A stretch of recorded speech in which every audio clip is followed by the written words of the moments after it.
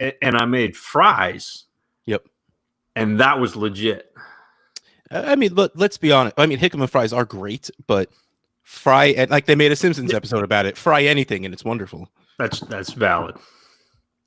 So you're talking about what is it called again? Misfit vegetables or improper? It's misfit something. I don't. Imperfect. I feel like I've seen like Instagram always tries to hit me with that.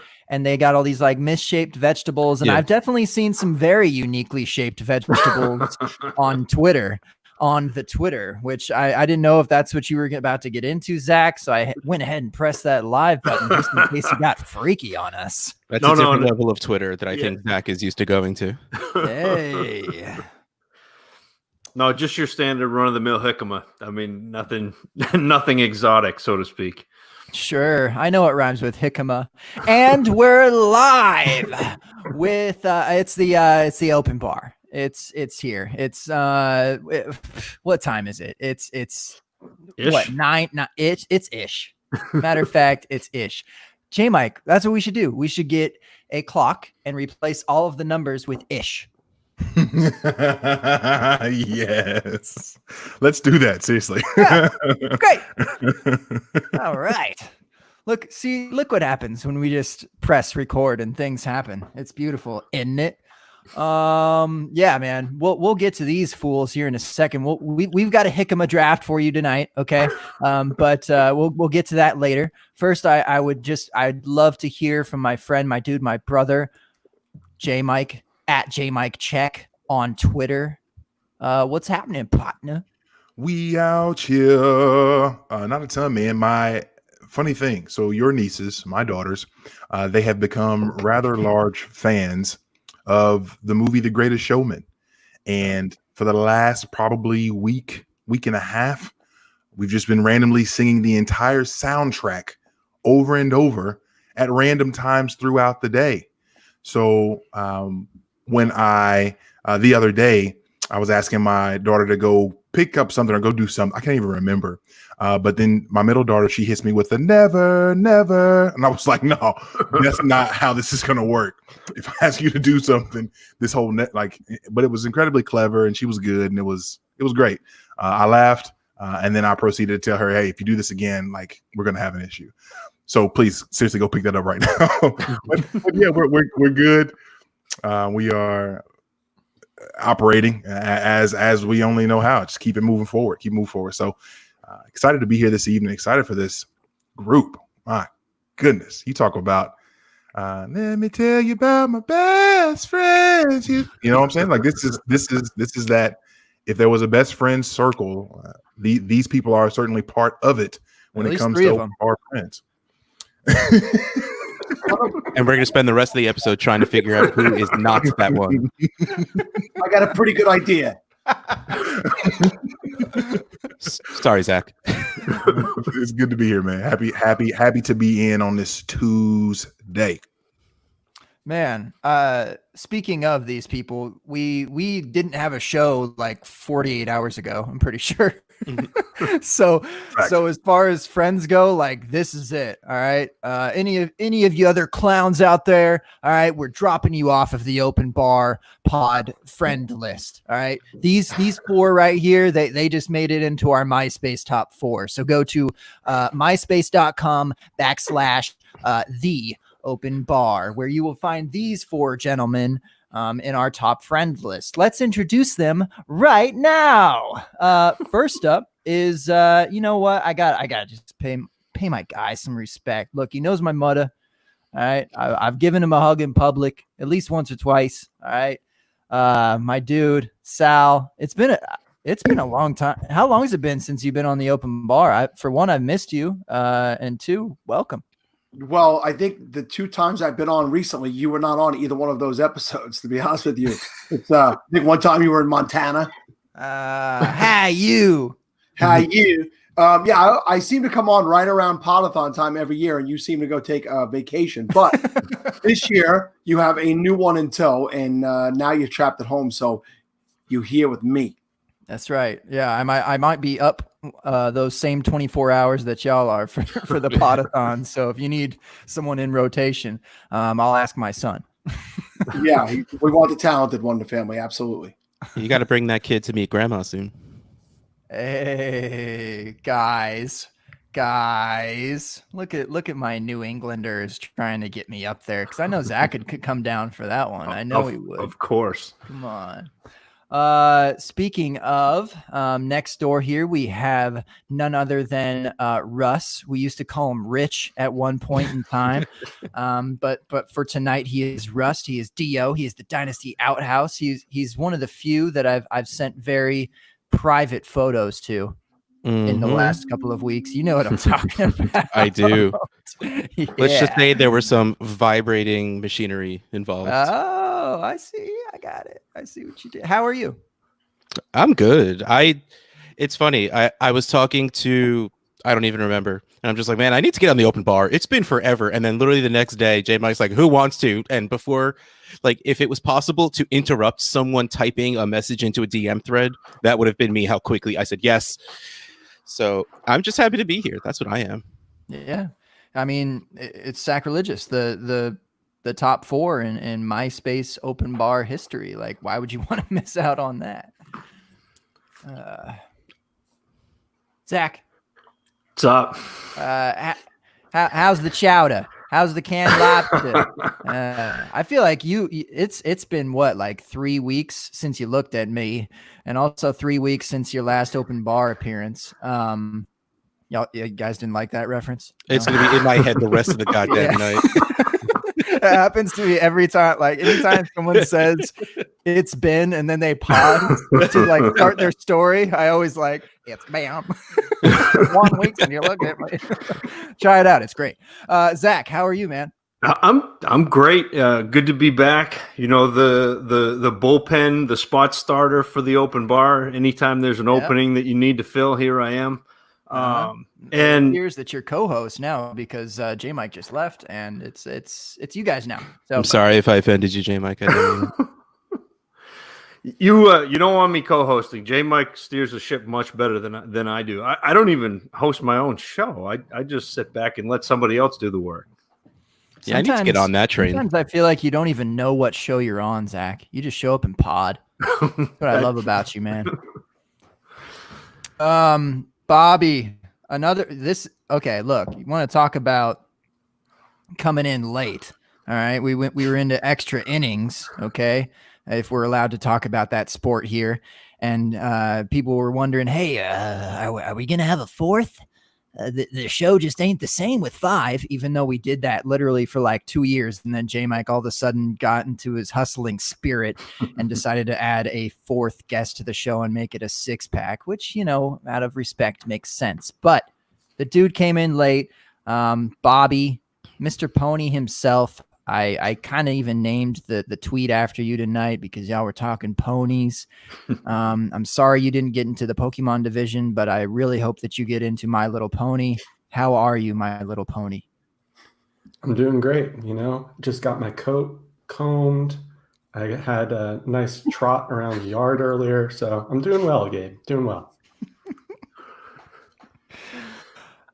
I'm gonna leave it there. Think about saying something about your wife. Nope. Gonna leave it. All right, man. We got a show for you tonight. We've got rankings. We've got drafts.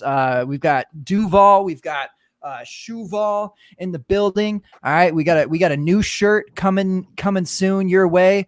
Open bar ish, baby. That's it. J Mike, take it, man, because I don't know what's happening. Where are we going with this tonight? No, I think that's a great idea. Let's make sure that the shirt says heavy on the, and then have a little clock. And it just, like you just said, there's a bunch of little ticks, but at the top it just says ish, and the hands are pointing there.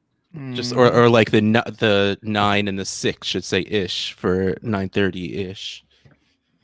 No, sorry. Too. No, I like that. No, I'll back off. It's fine. I thought you were making a nice joke, and then all of a sudden it made sense. In a lot of ways. What are you doing? What are you doing coming on here making sense? Yeah. My bad. I haven't drank enough yet. Sorry. So allow me to remedy that. So I feel like there's a few things that we've got to get out of the way. 2 things. One, not sure if you all saw, but Kyle Lebrecht is in the chat currently. Zach Reed's other half from the Dynasty Dummies, part of our family over at the DFPN Network. What up? Furthermore, I'm not sure if you saw this, Sal. Steven Marcus. Mike. What? He doesn't show up to do any of our podcasts, but he shows up here. Mike. Mike Ski. What's up, Mike? Man, it's just good to see him. It's good to see him out and about, a man about town, if you will. He's getting back. He's getting back in the swing of things. He's going to be with us on a podathon, thank God, because 24 hours with Kevin, I can't do it. Can you talk about that a little bit, by the way, Sal? We can talk about anything you want, sir. Let's podathon it. I want to throw some shade at you first. Is that all right? Why? Because you're not on? No. Look, the open bar couldn't care less. We are here for the people, but if the people request for the podathon, of course, we will. We'll be there for that. But no. Wasn't last year? How many hours did y'all go?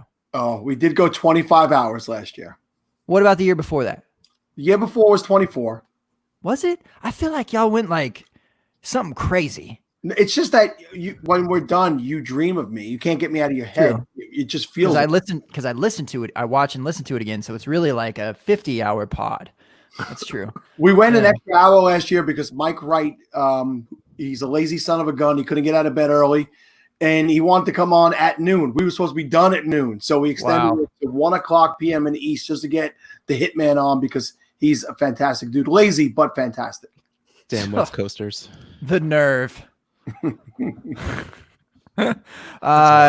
Well, shout out to you, Sal. And it sounds like Sid Skeet's going to be in there, Kev, for doing the podathon again this year. It's crazy to me Har is talking all this smack about the standard is the standard, 3.5 hours, whatever. Like, okay, try that. What's 24 divided by 3.5? All right, Bucko, come on. These are the real potters here, Sal and the crew. So yeah, shout out to you and the crew there, Sal. Thank you, brothers. And the chat is already lit. Shout out to everybody in the chat right now already. You all are just absurd with your dedication to showing love and the fun that we're having already. So shout out to each and every single one of you all. What chat? Looks like, bro, they already outed you. You didn't see that already? No, I don't. What are you talking about? Okay. Oh, what am I talking about? Okay, Let me show you real quick what I'm talking about. Do we have any ad readings? Are you going to do an ad reading right now? Is that where we are? Yeah. Okay. No. What up, Showtime? Or something or. Russ was supposed to send me something from the DAPOB network, but he never got on that like he was supposed to today. So hey, you're a network man. Why am I sending you stuff? Guessing some heads will roll today. It's cool. Anywho, I do have a quick game I'd like to play with you guys. Have you all been mocking yet for DSFB? I stay mocking. Absolutely not. No, not at all. Great. Because that makes this even better. So let's get into something real quick. Our friends over at our network, the Dynasty League Football, where Gabe and I own now, kind of slid everyone to the side. So thank you all for your contributions. Bobby, decided to keep you on staff. Appreciate you as well. So obviously John Hogue, Ryan McDowell, those guys are grinding some mocks. And then Kent Wyrock, obviously formerly of, I believe, the Fantasy Red Shirts. He has been collecting ADP for SFB X. And I'd love to play a game with you guys because I'm curious how well you feel about several players. And I'm going to keep scoring everything. Chat, I need you to help me keep honest. I'm kind of developing this as I go because I thought about it earlier today, but it didn't really flesh it out because it's not really how we do things here at the bar. But I think we'll have a good time with this. So this is what we'll do. I'm going to give everyone basically a heads up as to a division, and then I'm going to ask a question. And when I say division, it's an NFL division. So I might say something to the effect of which NFC East quarterback is going the earliest in SFBX ADP. Right. And then essentially you can no, it's just an example. Okay. Then someone can proceed to attempt to get the question incorrect, because I'm sure that you won't have it right, and that's okay. And we'll go from there. But in order to keep the game somewhat orderly, I'm just going to let chaos abound. What I would really like, basically, is for you to say your own name. This is definitely taking one out of Russ's playbook from Dynasty Game Night. And we'll just have a little bit of fun. We own that pod, though, right, J Mike? There's that you too. own DLF, you got it. I mean, at this point, we taking over. I hosted that show once, so you did a better job than the rest of us do. It's kind of just ours. Yeah, I think that's ours, J Mike. It's great. Very good. I just didn't recognize how it's anyway. We've grown. Look at us. How do we do it? Don't call us husky. We are grown. Okay, so let's get into it. Long hair don't care, huh? FF hair down tonight. Gotta flex on Sal when I can. I put my hair down too. What's up? Pubes don't count, Sal. And here's the deal. For everyone at home, I don't have all of the SFBX scoring in front of me. One of the things is I know that they're super deep starters. I can probably go and pull it up, but I've got a lot on my screen currently, and I don't know that I have that capacity. So if one of you gentlemen find it, wonderful. We can share it with everyone. But otherwise, I simply want to be able to talk about what we're seeing so far in this ADP. And sometimes I won't even give you a division. I'm just going to ask a question, and you can tell me what you think. Everybody ready? Awesome. Appreciate that. So currently the number 12 player, so the last player in the first round of SFBX mocks, is a wide receiver. Name that wide receiver. Sal. Go for it, Sal. Michael Thomas. Great guess. I'm not going to reveal yet. I will. Michael Thomas is actually wide receiver 1, going at player number 8. Russ, who you got? Tyreek Hill.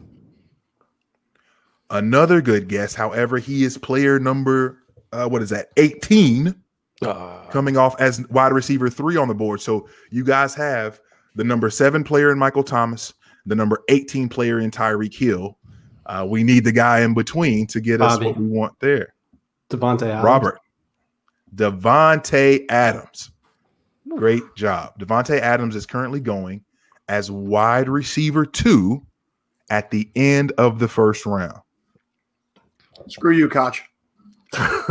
You got to play the game, Sal. You let everyone else do the work and then come in with the right answer. Don't patronize me. Don't patronize me. All right? What are your alls? 3 bears, Obviously, man. Come on. We know that wide receiver scoring typically is down in SFB scoring, at least in last year. And then this year they mean exactly the same they did last year, which a lot of us found out not a ton. What are your all strategies right now when it comes to wide receivers? Because when you look at Devontae Adams, you're like, hey, I'm happy to get Devontae Adams in just about any first round. Would you be happy to get Devontae Adams at the end of the first in SFB? Yes. Not me. Nope. Yeah, I'm with Sal. I wouldn't be either. I would wait on wide receiver longer. I don't do wide receivers, and if I have that wraparound pick at the end of the first round, I'm probably going quarterback, tight end if one of the big tight ends drop, or quarterback, running back. But I'm not doing wide receiver that early. I could just wait on that for sure. Yep, But let's think about this. Kelsey and Kittle are probably both off the board already. Yes, I agree. Mahomes, Lamar off the board.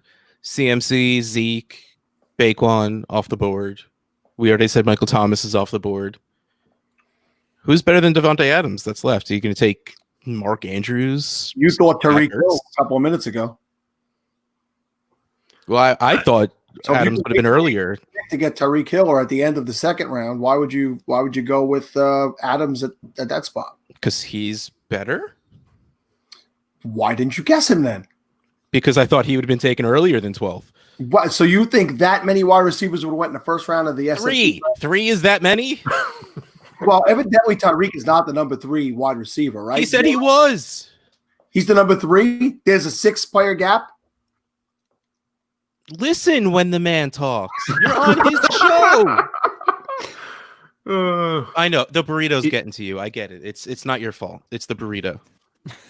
Yeah, and it's been 44 mocks that they've done that he has recorded here, and in those 44 mocks, it looks like, Tyreek Hill is wide receiver number 3. Wide receiver number 4 is DeAndre Hopkins, 3 slots behind them. Now they are separated by Miles Sanders and Nick Chubb. Makes sense. Well beloved Chubb that wins. Russ, for me, in all seriousness, I don't want to wait.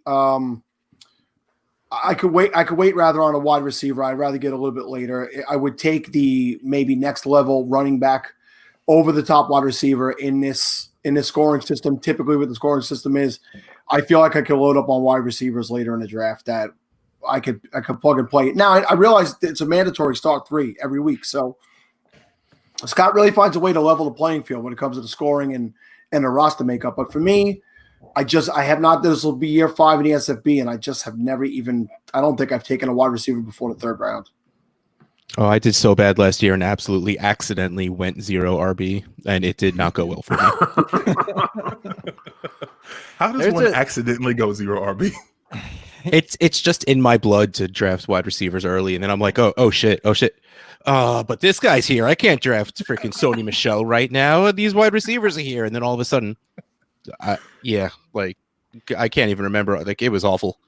It's true. Mike, Russ does this in his blood. I've heard his son talk before. His son was like, "Well, I could take my RB1, or I could take the chance that Corey Davis bounces back." My son he's 7. He's the Corey Davis truther. I don't know. I don't know where it came from. He must have heard it from the womb or something, because I was scouting high school back then. That's what I do in my spare time. Yeah, I think that math somewhat checks out. I'm pretty sure that's illegal, but hey, high school football. I'm sorry. You know what? Yeah, almost said something that really just, if I ever decide to run for office, just could have come back to bite me. So I'm glad I skipped it. What would you be running for in New Jersey there, Russ? Oh, nothing. I think you need the vowel at the end of your last name to run for something in New Jersey. Oh, dang, got him. Gabe, what were you about to say? Fisher. I was just gonna say that. Well, a couple things. Tough to agree with my guy Sal here. It always is painful, painful for really anyone probably. But all jokes, Sal, much love. The wide receivers are deep, man, and the fall off is very quick for those old running backs. I believe in 0 RB myself, but maybe not so much in the 1st and 2nd round, I guess. Unless Devontae Adams has like a Michael Thomas season, then that's the only reason I would want him.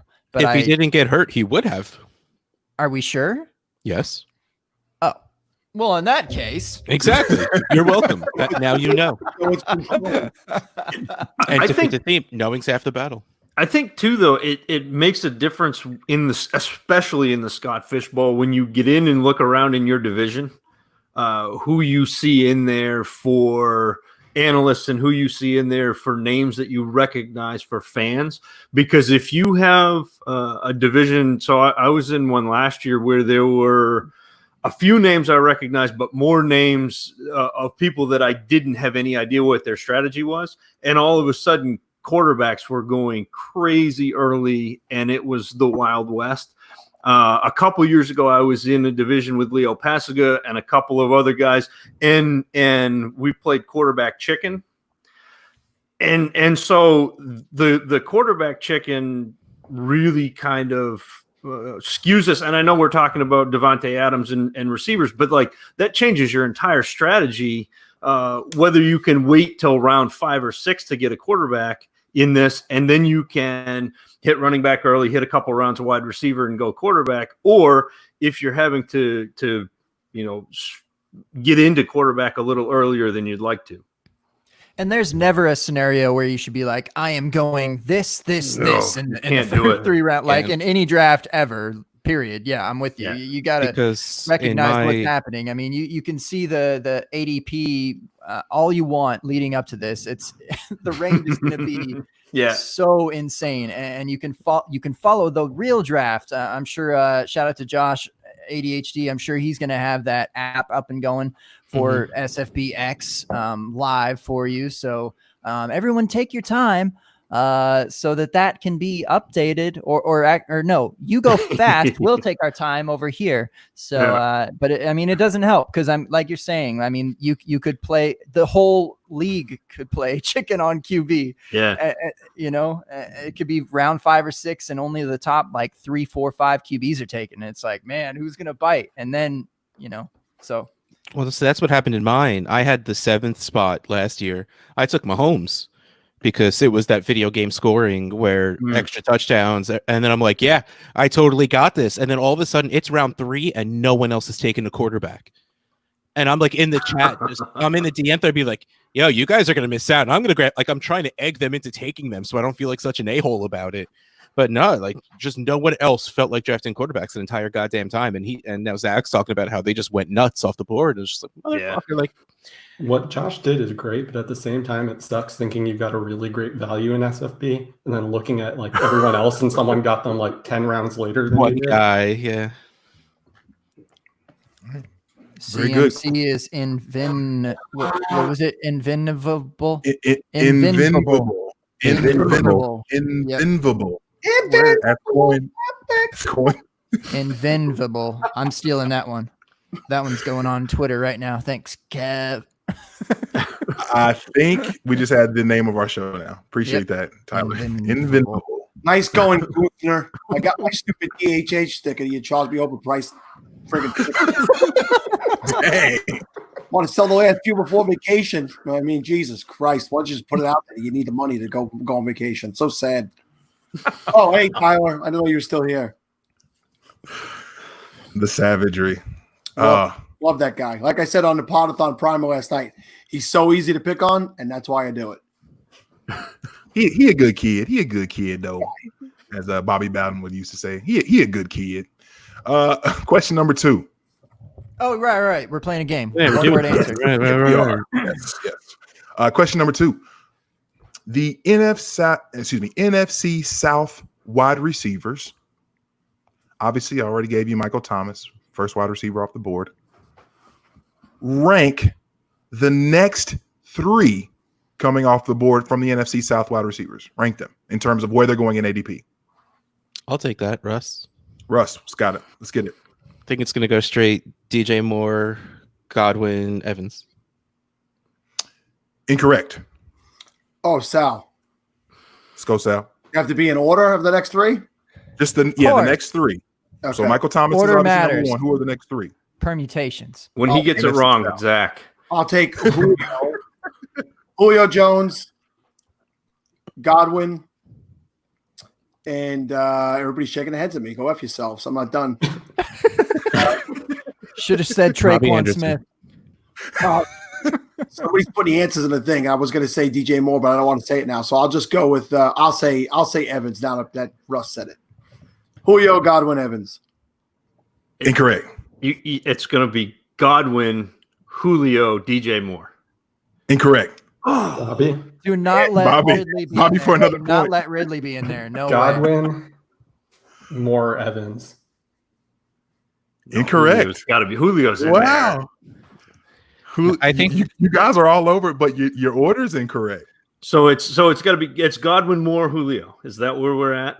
It's Julio, Julio. Wow. Yes. Right there. Godwin, Only one who's, and those were my first 2. and DJ Moore. You were right. You should have just went DJ Moore. Man. Yeah, how about that? Julio's going as, hey guys, check this out. Talking about putting respect on Julio's name. Julio Jones is going at wide receiver number 5. Good for him. Good. It's How about about damn time. friggin' You know what's really impressive here, though? The guy who claims to be an intimidating New Yorker got intimidated by a bunch of people shaking their heads at him, so he didn't say the right answer. No, I didn't get intimidated by you knuckleheads. Somebody in the chat wrote those. I had already said Julio, Godwin, and then they put more. And I didn't want to say it because they put it because then I was going to feel like you guys thought, I'm there. Yeah. Shut up, Chef. Bobby. Chef. James got him, huh?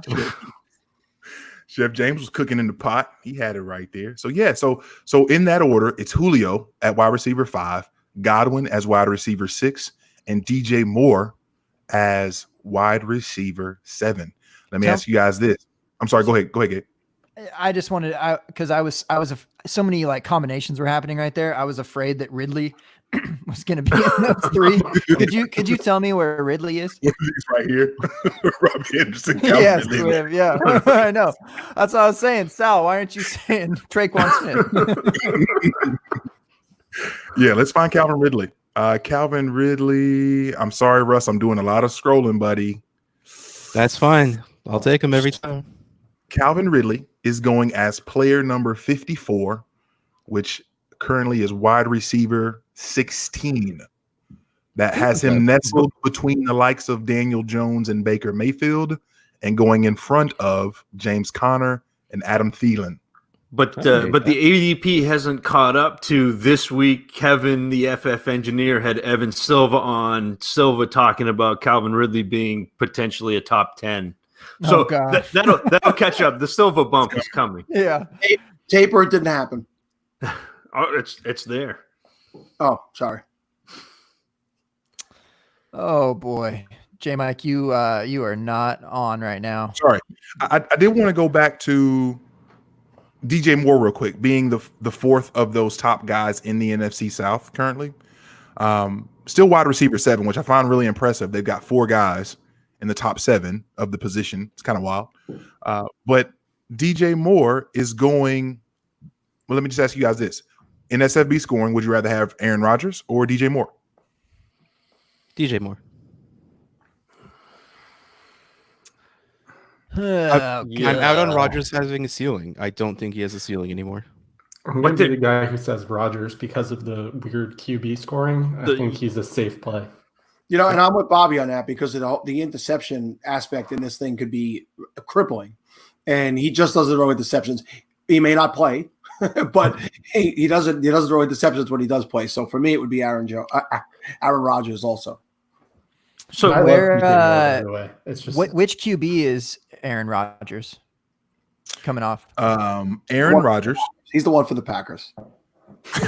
Yeah, who is? I thought the Packers traded up for a quarterback. I thought Jordan Love was starting this year. The Love Doctor. Aaron Rodgers is going as QB number 10.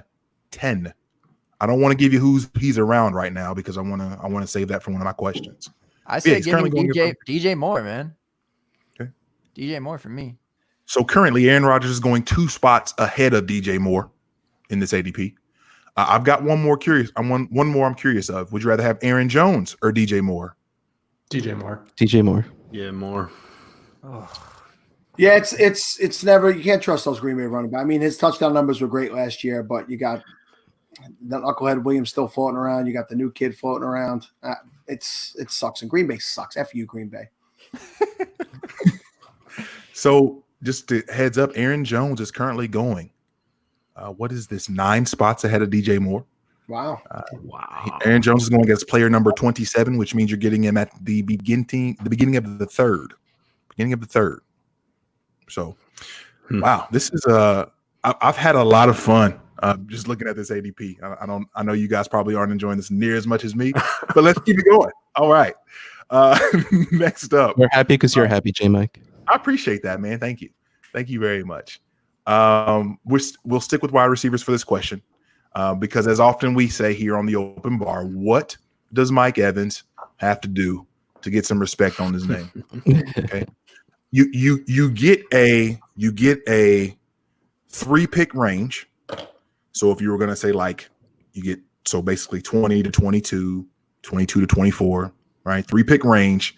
Tell me where Mike Evans is currently going in ADP. 3-pick range. Bobby, that's kind of limiting. I'll give you 4 picks. 4-pick range. 38 to 42. So that would technically be 38 to 41. Yeah, Right. sure. Sorry, I can't do math. Counting. It's okay. Shout out to my business school. And shout out to that masters. And yes, Bobby, nail on the head. 41. Mike Evans is wide receiver number 9, player number 41. Mike Evans is currently going behind Kenny Golladay, behind Josh Allen. Oh, and this will be fun. Mike Evans or Zach Ertz in SFB scoring. Just real quick, J Mike, I have to point out, look how salty Sal looks that I'm beating him at this game. He couldn't be more upset. Brother, I'm getting old. What are you talking about?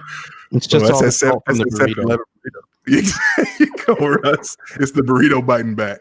Yep. You know, Mike, I'm probably going Ertz because first of all, the wide receivers are still a mess over there, right? And the amount of targets he gets a year, the tight end scoring in this league, I'm definitely going Ertz over Evans. I'm not going Golladay over Evans. I don't see that. I don't understand that at all. The hate on Evans is a little bit too much, but for the upper echelon tight ends, I still got to grab them ahead of a guy like Evans. And I mean, this is favorable for Tampa Bay receivers. I mean, with Tom Brady, he is the first down machine.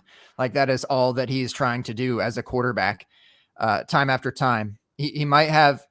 Mike Evans might have more receptions this year than he ever has had just because of all the like short intermediate stuff that's going to happen. It's not going to be hookup stuff anymore like it was with Winston. So I wish I could say Evans here, but I'm still on the train that just the fall off. I mean, that you're going to get from like wide receiver. What'd you say, J Mike? Not 9, 10 to like wide receiver 15 to Ridley, whatever. I wouldn't be going with Ridley. I'd take Thielen over Ridley, but something like that. And in comparing it to like Ertz to whatever the 10th tight end is, it's going to be a huge fall off. So unfortunately Ertz, but I will say that our boy Evans is staying disrespected always. Was that the middle of the 4th, Gabe? Is that math? Is that math check out? Spot number 41. 41? Yeah. 41, middle of the 4th. Yeah. You could I feel like there's a lot of things you could have a lot of fun with in the draft in the first 3 rounds, and to be able to say Mike Evans is your even first receiver that you get in the middle of the 4th, I don't hate that at all.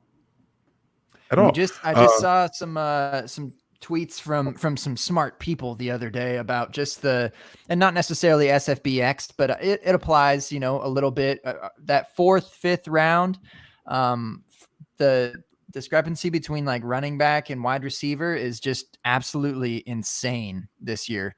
And that is just where you can feast on wide receivers and wide receivers that are wide receiver ones that are getting volume targets, whatever you want to call it. And the running backs it's not 0 RB yet, guys. All right.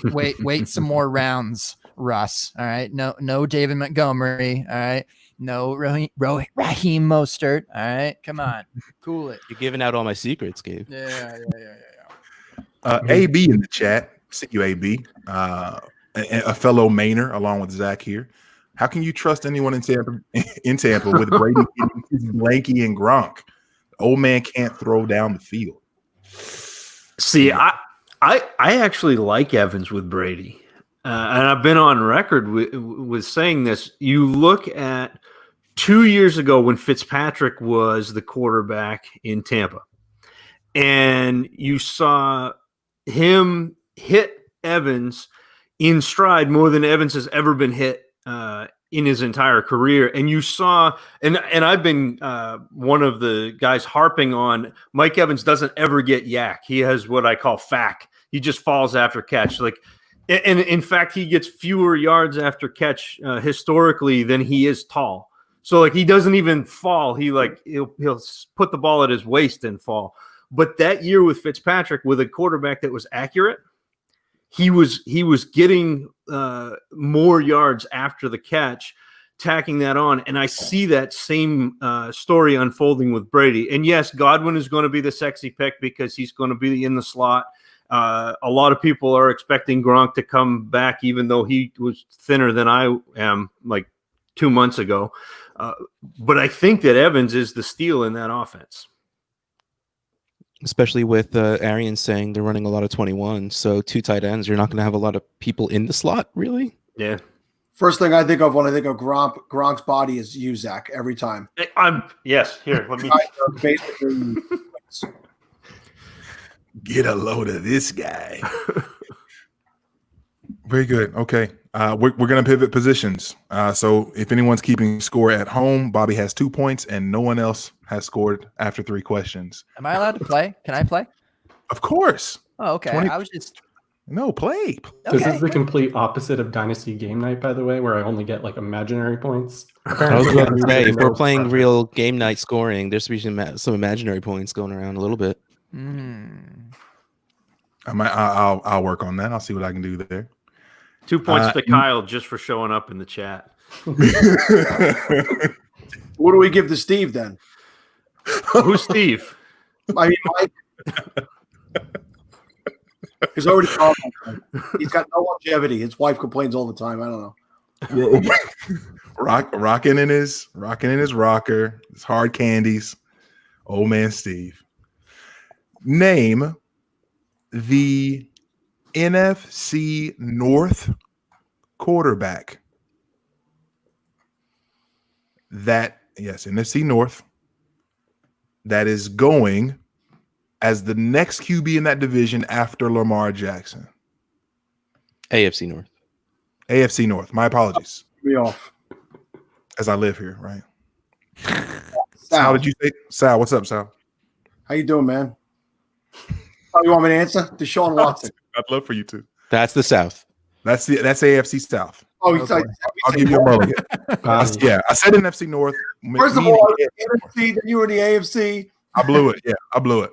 It's all my fault. I'd like a mulligan. Mulligan, Nope. run it back. Rust. Now I have to actually answer the question. No, you're out. You lost already. Oh, you know what a mulligan is? Also, I would like to point out that I rung in way before Russ. Just putting it out there. Nobody heard it, though. Wait, I want to discuss if he knows what a mulligan is. I know what a mulligan It's is. a bar down the street. You do over, right? Whatever, I give up. F yous.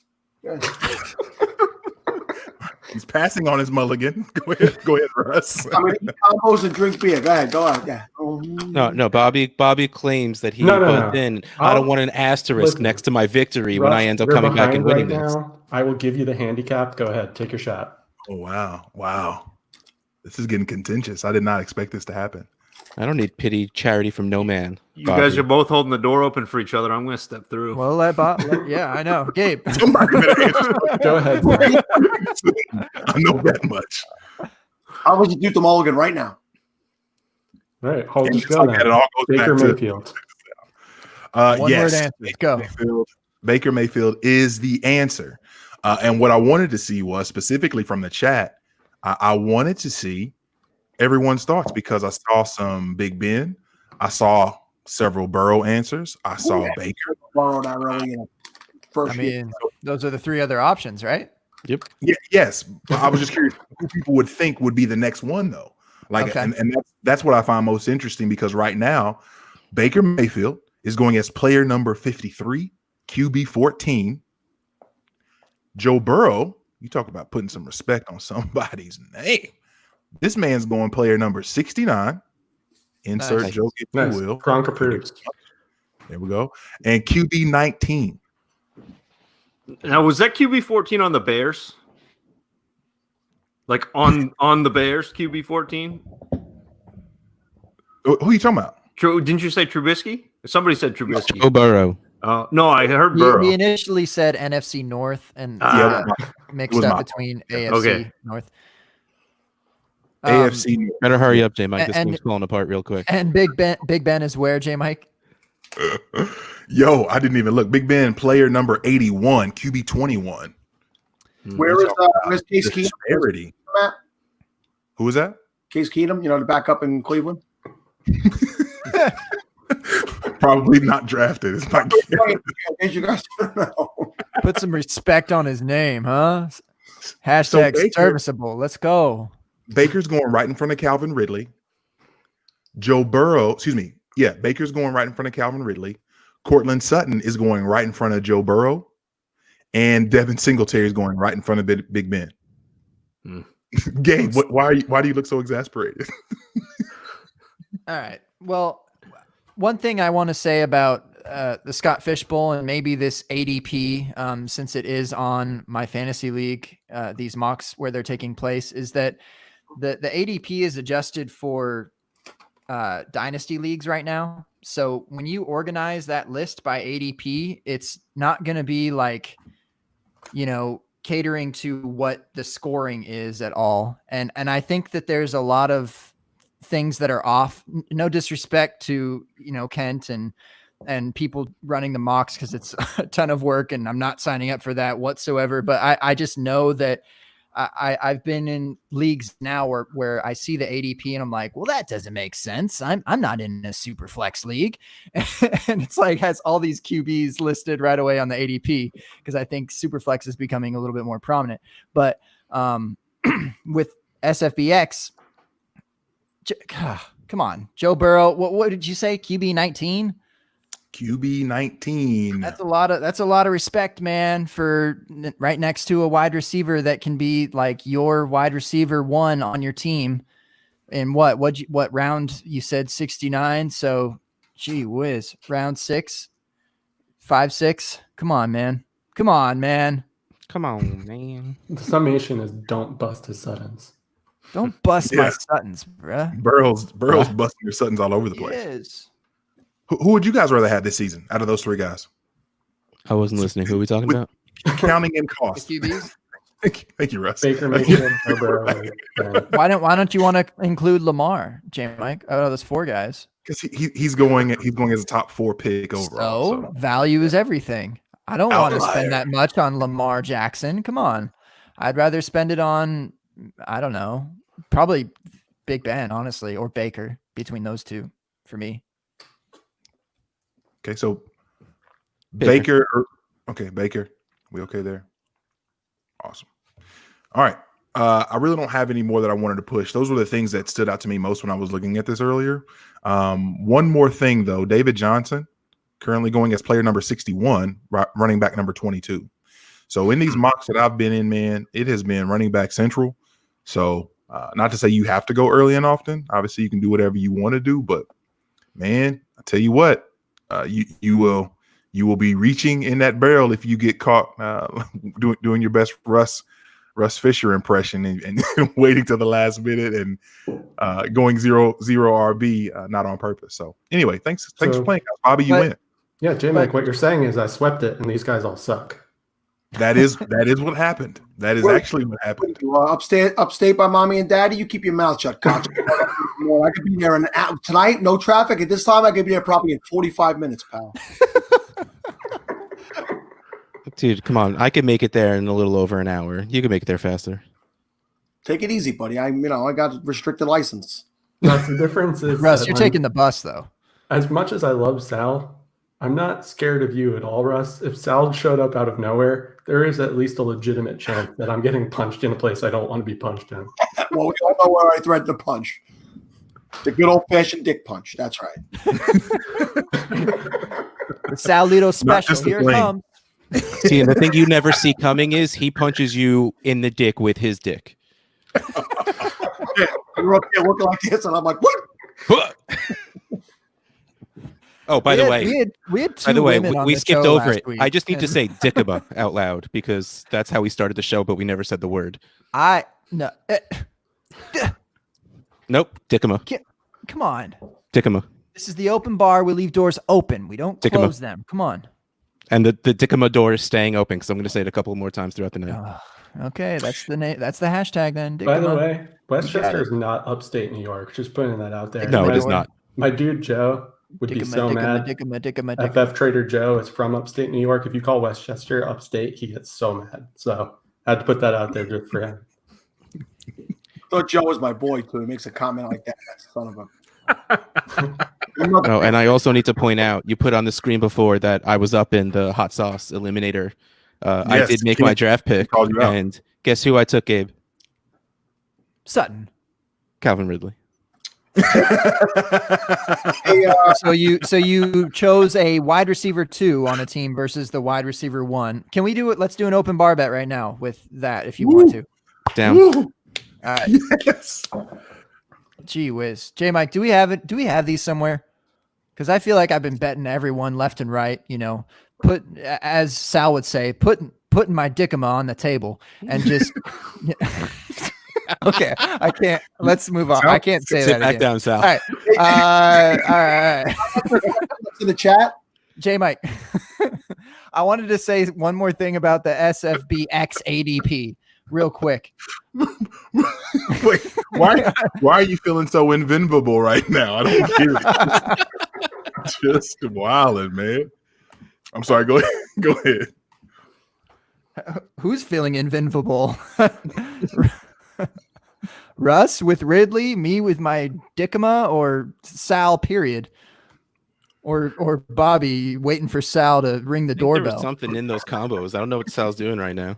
Read Yeah. the screen, bud. You Oh boy. Oh boy, All what right. happens? I hate when I let things get toxic, J Mike. My bad. Hey, listen, bad. Benjamin Shamel or Shamai, well, Shamel. He wants to know what everyone's favorite SFBX shirt is this year on Roto World. There's only one correct answer, Benjamin. It's the SFB Podathon t-shirt, which I will be hosting on July 5th to July 6th for 24 Purchased. hours. Yeah. Don't worry about Steve and Kevin. I will be hosting it. The only shirt you should own this year, period. Sal, didn't you say that you wanted to come on the show tonight to do like a SFB Podathon t-shirt giveaway? Is that what you said? I'll tell you what. Yes. I'll tell you what. I'm going to go to my Twitter. I'm creeping up. The fact that I'm painfully unfollowed. It's terrible.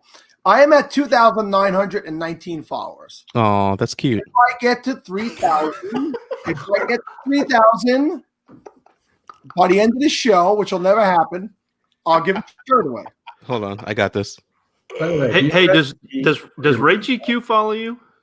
No, did you see? You hit me last time on my primer. 81 followers away. Okay. Well, He does follow me on the SFB Podathon account. Gabe, Everybody follows that account. all right. this is how it gets when we meet up in New York, because at first it's all friendly, but this is how you know we've met each other in person, because it just gets so snipey. That's exactly what it It's is. true. Yep. Zach and J Mike are just like, damn, I didn't know it was like this between them, but it's just because we've met each other. So now it's like, all right, now we can get past all of that. Like, all right, we're going to be nice to each other. Oh my God. If I hadn't met Sal in real life, I'd be terrified of him and I would not be speaking like this whatsoever. I've met J Mike, to be fair. But I don't, it's like, I mean, I would love to meet you, Zach, of course, but I feel like I don't even have to. That's where we're at, brother. Okay. Come on. That's it. It's a long way from here to Texas. I mean, Yeah. I mean, Maine is like basically Iceland. it's not that far off. Could have sworn you were going with Canada. Just keep going, bro. Shooting my 35 footer. Chef Carew with the shot. Also, that said, Zach and J Mike, the next time that we're actually able to have a meetup, you guys need to come. We already know that Gabe's coming because his mom's here. He's got to visit her at some point. Mama. I miss my mom, man. Hey, mama. Hey. All right, J Mike, real quick. Hey. Yeah, J make your Mike. point. Yes, make your I point. wanted to talk about SFBX more, just the running backs, because you and I both look. The open bar was represented on another podcast last week. Hey. The super flex super show, right? That's what it's called. I always get mixed up with the supers and the flexes. got For some reason, maybe it's because I like mix up Har and Outhouse sometimes, but I thought that like Russ was going to be on, and I was about to ask like, hey, where's where's Russ? I don't know. Maybe I thought I was coming on Addicts or something. Look, can I use the excuse? I'm a dad now. I don't get any sleep, guys. That's one of the only good parts about being a parent. You get to blame shit on the kids. That's Right. fine. Yeah. I don't know. Maybe I think I just had you in the back of my mind that I missed you, wanted to pod with you. So I'm thankful that you could get here this evening with us. But anyway, the open bar represented on 2 separate nights, 2 separate pods on the Superflex Super Show. And so we got to look at this ADP. All right. And we were talking about running, or at least I was talking about running backs. And I was just surprised. And again, this might tie into the kind of dynasty drafters / the ADP on MFL being catered to dynasty drafters right now. And people are just kind of following along with that. But there are a lot of rookie running backs going very, very high. Yes. And this is from last week. It could possibly be updated, J Mike, and maybe you have a better look at it than me. But from what I'm seeing, CEH is the first one off the board. Running back 12, my guy, Jonathan Taylor, RB 15. What do we got next? Cam Akers at RB 24, J.K. Dobbins at RB 26. Who am I forgetting? Swift. Swift is RB 25. So 24, 25, 26 were all right there grouped together. That's generous, in my opinion. And just, we've talked about this on the pod a lot. I feel J Mike, and we usually are talking dynasty centric things here, and we like all those running backs in the long run, whatever. But we've also talked about, like, they're all kind of technically playing behind other running backs right now, and it's possible that it's just like a 50-50 kind of thing throughout the entire season, or possibly for the first half of the year, like it's just the guy in front of him, in the time being, whatever. So I'm just so surprised that people are that invested in a running back that is like literally not starting. I mean, as much as we can speculate, that's not starting on day one. What do y'all think about that? About the rookie running backs basically being considered at the very least an RB2 season long, just this year? I think for me, I may take a shot at those couple of back end guys. So like the Dobbins and the Swift, where you've got some pass catching upside, and you've got, in case of an injury, a big role. But in terms of some of the higher end, paying up to get, maybe hilarious. I don't trust any of that. Like, I don't trust any of these situations for this year. So for the SFB, negative. I don't necessarily want to pay up for rookie running backs, and that's not always the case. I mean, usually you see rookies land, and you're like, oh yeah, he's got a clear shot at 200 touches, 250 touches, and here we go. But this year, there's a lot more nebulousness, especially with if you're going to miss training camp, if you're going to miss, or if things get pushed back. You don't have time for them to take over a job. So in the eliminators, I've been taking a lot of the rookie running backs. I know it's a little bit different than SFB, but part of it was I looked back, and for whatever reason, I didn't remember this. I had to be reminded by Tyler Schmidt that I actually won my own eliminator in 2018. And I looked back, I actually went pretty rookie running back heavy. I had like Nick Chubb, probably just because I heard Wubble Up a Chubb on open bar. And I was like, yeah, that sounds like a league winner. And so I ended up winning. And now I'm just like looking for those guys again that have that league winning upside as running backs. Because the running backs, especially as Zach's talking about, I'm looking for those guys that can also catch passes. And if they take over those jobs, I do think some of them do have more upside than some others in their range. So I'm willing to take the shot as long as I balance out my roster with another Zach favorite and my favorite, a guy like a Jarvis Landry type. I have a couple of Jonathan Taylor shares in eliminators already. Well, maybe it doesn't happen right away. I think it can happen that he takes that backfield. But even still, say Jonathan Taylor gets 40% of the backfield work, like, behind the best offensive line in the league. That's fine. I mean, that's probably better than a couple of the running backs going around him already, with the ceiling that if he does get more than that, and he can catch passes. So, and with Phillip Rivers, who just gave a running back 100 targets, to me, he has that ceiling, Jonathan Taylor. I feel safe. Well, Jonathan Taylor, I mean, we're talking dynasty again, but he was always my 101 over Edwards-Helaire. So, and even this season alone, I definitely feel safer with Taylor over Edwards-Helaire also. Swift, I'm not super comfortable with, though. I mean, it seems like that we can count on Carry On to get hurt a little bit. So, but man, I don't want to. My goal with SFB is always just to like finish top half, and which I mean, I've been in it twice. It only happens once. I'm not safe. I don't feel good enough with Swift to be that to pull me to that top half. So I don't really think I'm going for him. But Jonathan Taylor, especially of the rookie running backs, I think him for sure is the safest. Dobbins, I think, will split the entire year with Ingram. I don't see a reason for them to let Ingram go, seeing as how he's probably on the last year of his contract. He's really good in their locker room. So like benching him just would be bad for the team in general, I think. So though I do love Dobbins, he was my favorite running back coming in. So long term, I'm a huge fan. But just this year, I think Taylor's. When you get super low down, like let's go Gibson. I mean, yeah, I will absolutely probably be taking my shot on Antonio Gibson and stuff like that. I mean, honestly, Zach Moss is probably pretty safe because Buffalo wants to split carries, so I'm down with that, and he'll be probably going pretty late. You know, I like That's that. where it starts to become a little bit more zero RB with those types of rookie running backs, and that's more comfortable for me. Sorry to interrupt you, Sal. Go ahead. No, there's no problem. Jake put up Akers, and Akers obviously lands in a really good spot, but I don't think any other running back besides Hilaire fell into a more perfect spot for year one. I don't see why he doesn't slot right back in, especially as a pass catcher running back in an absolutely explosive offense. There's no other running back in an offense that remotely scares me. And long term, yes, I could see what you're saying for Taylor, but for this year, for rookie season, I'm all over Hilaire as the top running back. You mean besides the guy who should have been the Super Bowl MVP? Yeah, I get it, but he's just not. He had a good game. Okay, His health is the only problem. That dude's healthy. He does well. They didn't. Which is weird because he followed that Devontae Parker 5th-year breakout thing. They didn't take Hilaire it's a in that thing. spot, not to slot him in year one. Dolphins and ex-Dolphins get that 5th-year breakout. Right. Watch out. Yep. It's a Dolphins thing. Yep.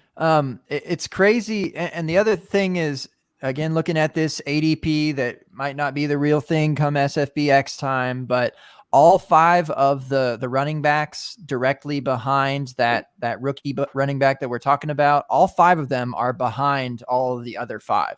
Like the vets are all behind them. Oh, and the top one is Mark Ingram at RB 27. He was like a top 5 running back in this format last year. He has been a running back 1 like 5 times or something. I was just looking at that last week. Like the disrespect is real on him. Y'all were just talking Damian Williams. He's RB 31. I think that he might slide out the quickest as far as like who is going to get an opportunity first, probably CEH, but RB 31, not bad. Carry On, RB 38, Mac, RB 39, Daryl Henderson, if that's who you want to say, the guy behind Akers or in front of Akers, whatever, he's RB 47. So that's like your zero RB, and those guys might be starters. Mm-hmm. That's crazy to me. So what you're telling me is I should be going zero RB. All right, thanks, Gabe. I appreciate it. I'm right. Awesome. That's what I've heard and all of that. I have an That's ADP right. question for you, Gabe. If you've got that pulled up, where is Todd Gurley and James Conner, or where are they going right now in relation to those rookies? Todd Gurley is RB 16, which looks like 9 spots ahead of those guys. 40 overall or so, and Connor is RB 19, about 60 overall ish. Okay, so they're priced pretty close to where they should be. I just didn't know because I've seen them fall a couple places, and those are 2 names that if you're toying with the kind of modified zero RB, those are a couple of names that I would be looking at kind of coming back around to after the first few rounds are over. Listen, Zach, don't get Russ and I started on Raheem Mostert and James Conner and David Montgomery. We got into it with a Bears fan about James Conner being better than David Montgomery. And it took about 2 or 3 hours out of our. Oh man, lives. I muted that conversation so fast, so fast. Especially the second Bobby pointed out the dude's Avi was a Bears player. I'm like, oh yeah, no, I was out already, but now I'm out for sure. No, I was on. Those are my favorite. Like whenever I'm just lurking in Twitter and I just see a response from someone that's like a little bit snappy, a little fiery, and I just have to look at the Avi right away. Or if that doesn't tell me enough, I have to click on their profile and see and it even says like fly eagle Bears fly or or whatever. Like something. It's just like, come on, You know what bro. popped in my head, Give Gabe? yourself away. A few weeks ago, J Mike tweeted about how like some of you have this energy to just debate endlessly, and I don't have that, but like respect. And every time I get into one of these debates now, I'm just like, I'm being that guy right now that J Mike's talking about. And I'm not even mad. I'm not even mad at people that do it. It's just that like legitimately people can get on there and do that all day long. And I don't know how they have the energy. Maybe they've just got the stamina that just keeps their spouses entertained, or they just marathons or what. I don't know. But yeah, it's amazing. So for anybody who's on Twitter grinding those grinding those arguments, grinding those debates, shout out to you because it's not me. I've gotten better over time. I'm not gonna lie. When I like started out, I could definitely spend a whole day just debating like one player. Now I'm just like maybe like 2 hours, and even then I'm like, what are you doing, man? It's wild. It's wild. Worth it. Says the guy who's up 24/7 nowadays with the kid. Like, yeah, I'm up for the arguments. He just wants the entertainment. What else When do he's I up do? late at night with Rook, and he sees me at like 2 a.m. tweeting, "No, damn it, James Conner is better than David Montgomery." He's like, "Yes, this is what I need." Let me see that Avi. This fool's still an eggshell. He ain't nobody. Like, wow. Two things that were put in the chat that I find absolutely fascinating. One of which, Kyle sent. What up, Kyle? Be seeing you very soon, sir. North of the border. In the Larry Monkey Eliminator, James Conner fell to pick 97, guys. Oh, steal. Crazy. Yeah. Right? What is that? Round what is that, Gabe? Round 8? Round 7? Round 8? Yeah, some would say. Golly. I mean, I don't know. I can't do math that fast. But aren't those like 17 team leagues though? Yeah. Yeah. So it's yeah. I was The on round the is different there, but yeah. I was on 97 the overall. fantasy football JK with Casey Kasem. May not be their first guest, but I was definitely the best. They've said so. Obviously, we're the first. Go ahead, carry on. No, I wasn't. Bobby No, I beat was me the to it, first guest, and and he was that's why super I was mad giving him about it. shit about it. This is the top. You guys are the top two. Jesus, Yeah. can only go up from here. Go ahead. That's what I told him in the first place. Yeah, but I even said on the show that I think I'm gonna have so much freaking James Conner in the very few redraft stuff I do, because especially if you play with people who are dynasty people, the hate on there is so freaking strong.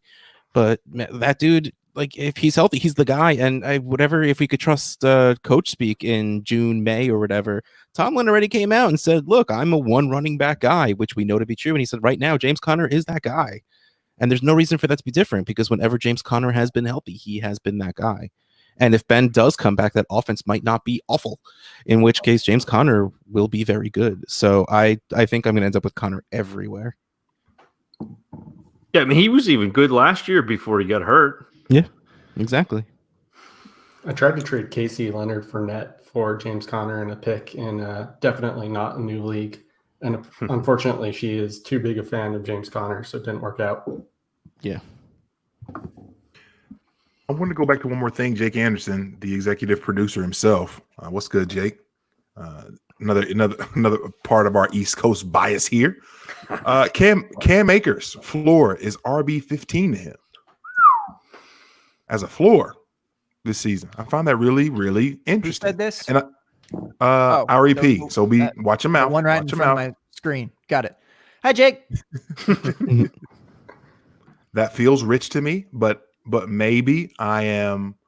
And I think basically what it feels like the Rams backfield comes down to is, do you think Malcolm Brown and Darrell Henderson are just going to be pesky enough to make sure Akers isn't like the guy that gets like everything? I think there's the camp that thinks Akers gets it all, and then there's the camp that thinks that like those guys will be pesky enough, not that they're fantastic or good or great or anything, but they'll be pesky enough and used enough to limit Akers' ceiling. Is what I feel like it comes down to. How did Henderson just completely fall off the map when he was like everybody's darling last year to take over that role? I don't see Brown factoring in at all. I really don't. I see him strictly as a backup player, getting below 5 touches a game. But I do think Henderson factors in there with Akers being the top dog. But I think Henderson factors in enough. Okay. Well, I wonder if they treat it differently this year, having, Gurley last as long as he did, which was not long at all. Pause. And just I wonder if they've learned from that. I don't know. You'd like to think that about NFL teams, and with Henderson there and Malcolm Brown there, they certainly did fine with Gurley being kind of back and forth and missing games or arthritic knee, whatever. Like, they had guys to produce there as well. So I wonder if they treat Akers the same, having just done what they did to Todd Gurley the last few years. Cause that, I don't know. I would like to think that they're a smarter organization and just smarter kind of people around there. But Scarf McVay, who knows? I don't know. I'm kind of with Jake, and I might be biased here because I recently made a trade where I sold Derrick Henry for the 109 and 203 in a rookie draft, and everyone hated it, but I got Cam Akers and Henry Ruggs in what's a best ball starting lineup. And part of it, I told myself a narrative basically that the Rams offense was not good last year because they didn't run Todd Gurley as much as they wanted to because they didn't trust his knees. So I'm hoping they run Cam Akers a lot because it'll make me look good. And I've even said that I think that this time next year, at least in dynasty purposes, that Cam Akers' dynasty value may be more than Derrick Henry's. I mean, that's pretty easy just because Derrick Henry might not be on a team right now next year. Yeah, it's also just the community hates old running backs. It's just a proven thing. You hit a certain age as a running back. Doesn't matter if you're still on a team. The community just goes, no, I'm done. I find it interesting. I find it all interesting.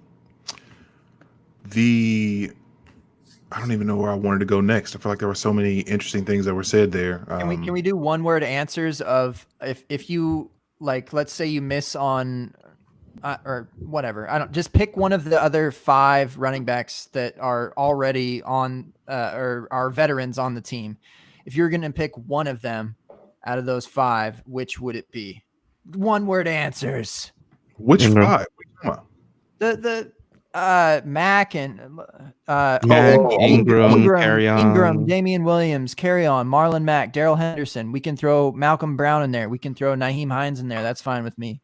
Or Justice Hill, is he? I don't know. Maybe around those like 7.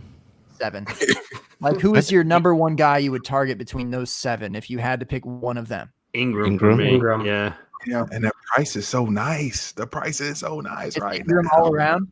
Yeah, I mean, just based on the fact of how much they're going to run the ball. So the other part, and J. Mike and I talked about this a couple weeks ago on the Dummy Show, but the other part of that Ravens rushing attack. So you've got Lamar Jackson, who's running the ball a ton. You've got Ingram, who's probably going to carry the ball a ton. And last year, Gus Edwards had over 130 rushes. So even if Dobbins comes in and takes over the Gus Edwards role, which you imagine he probably will, Jake, I know how much you love Gus Edwards, but he's probably gone. That still leaves a big chunk for Mark Ingram. Mark Ingram could conceivably be on the cusp of a running back 1, even though they drafted Dobbins. Mark I Ingram hope so. I was still got also, lots of Ingram shares. There's a tweet recently that was like, who's been the most disrespected running back of the last, 20 seasons or whatever. And the first one that came to mind for me was Mark Ingram. Well, he didn't play for like 3 of them, so. Yeah, that's true. But he is the guy that, I feel like people forget he was a former Heisman winner too. Yeah. He's just First round pick. Yeah. He's a great athlete and has put up great numbers with both the Saints and now the Ravens. And he might get even more disrespected than Mike Evans. I know that's not a great thing to say on this podcast, but he might get it. We were talking about that last week with the data guys. Matt Spencer and Peter, our guy Peter. I haven't seen him in this so-called chat to come and say the typical sup or something of the like. But we were just talking, the disrespect on Mark Ingram. I mean, he's literally amongst some like pretty hefty dudes as far as repeating as a running back one just year after year after year. So I don't know where it comes from.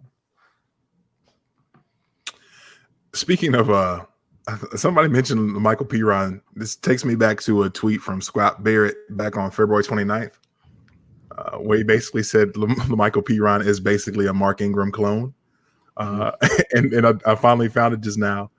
Literally, they were a pound apart.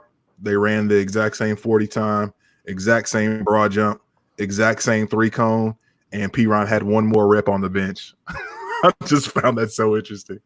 That one rep means he's better, right? Yep, that's right. Le'Veon Bell, eat your heart out. Eliminated question. Stacking RBs. I was thinking about going Breida Howard in rounds 10 and 11. Is that too?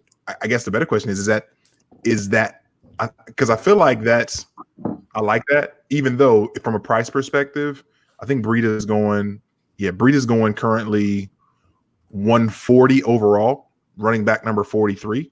So you may not have to pay that much. I mean, that early of a pick, but that's a lot invested in a Miami backfield.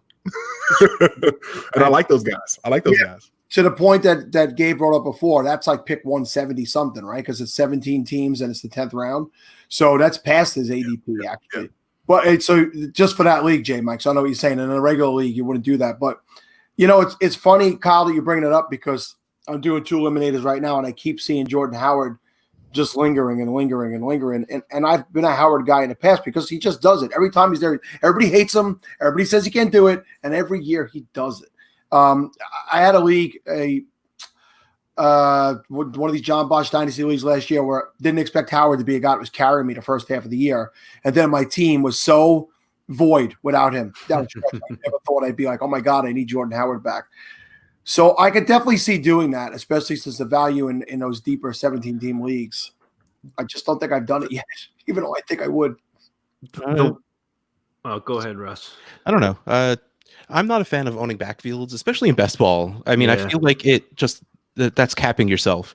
I mean, I do believe that in regular set your lineups as well, but especially in best ball, to me, I'd rather just plant a flag and pick a guy. And especially if you're doing like 18 eliminators, like I end up doing, go 9 and 9, which 9 and 1, 9 in the other. So just like, I get it. I get why people like it, but it's just not my thing. I don't see the upside in owning both of them.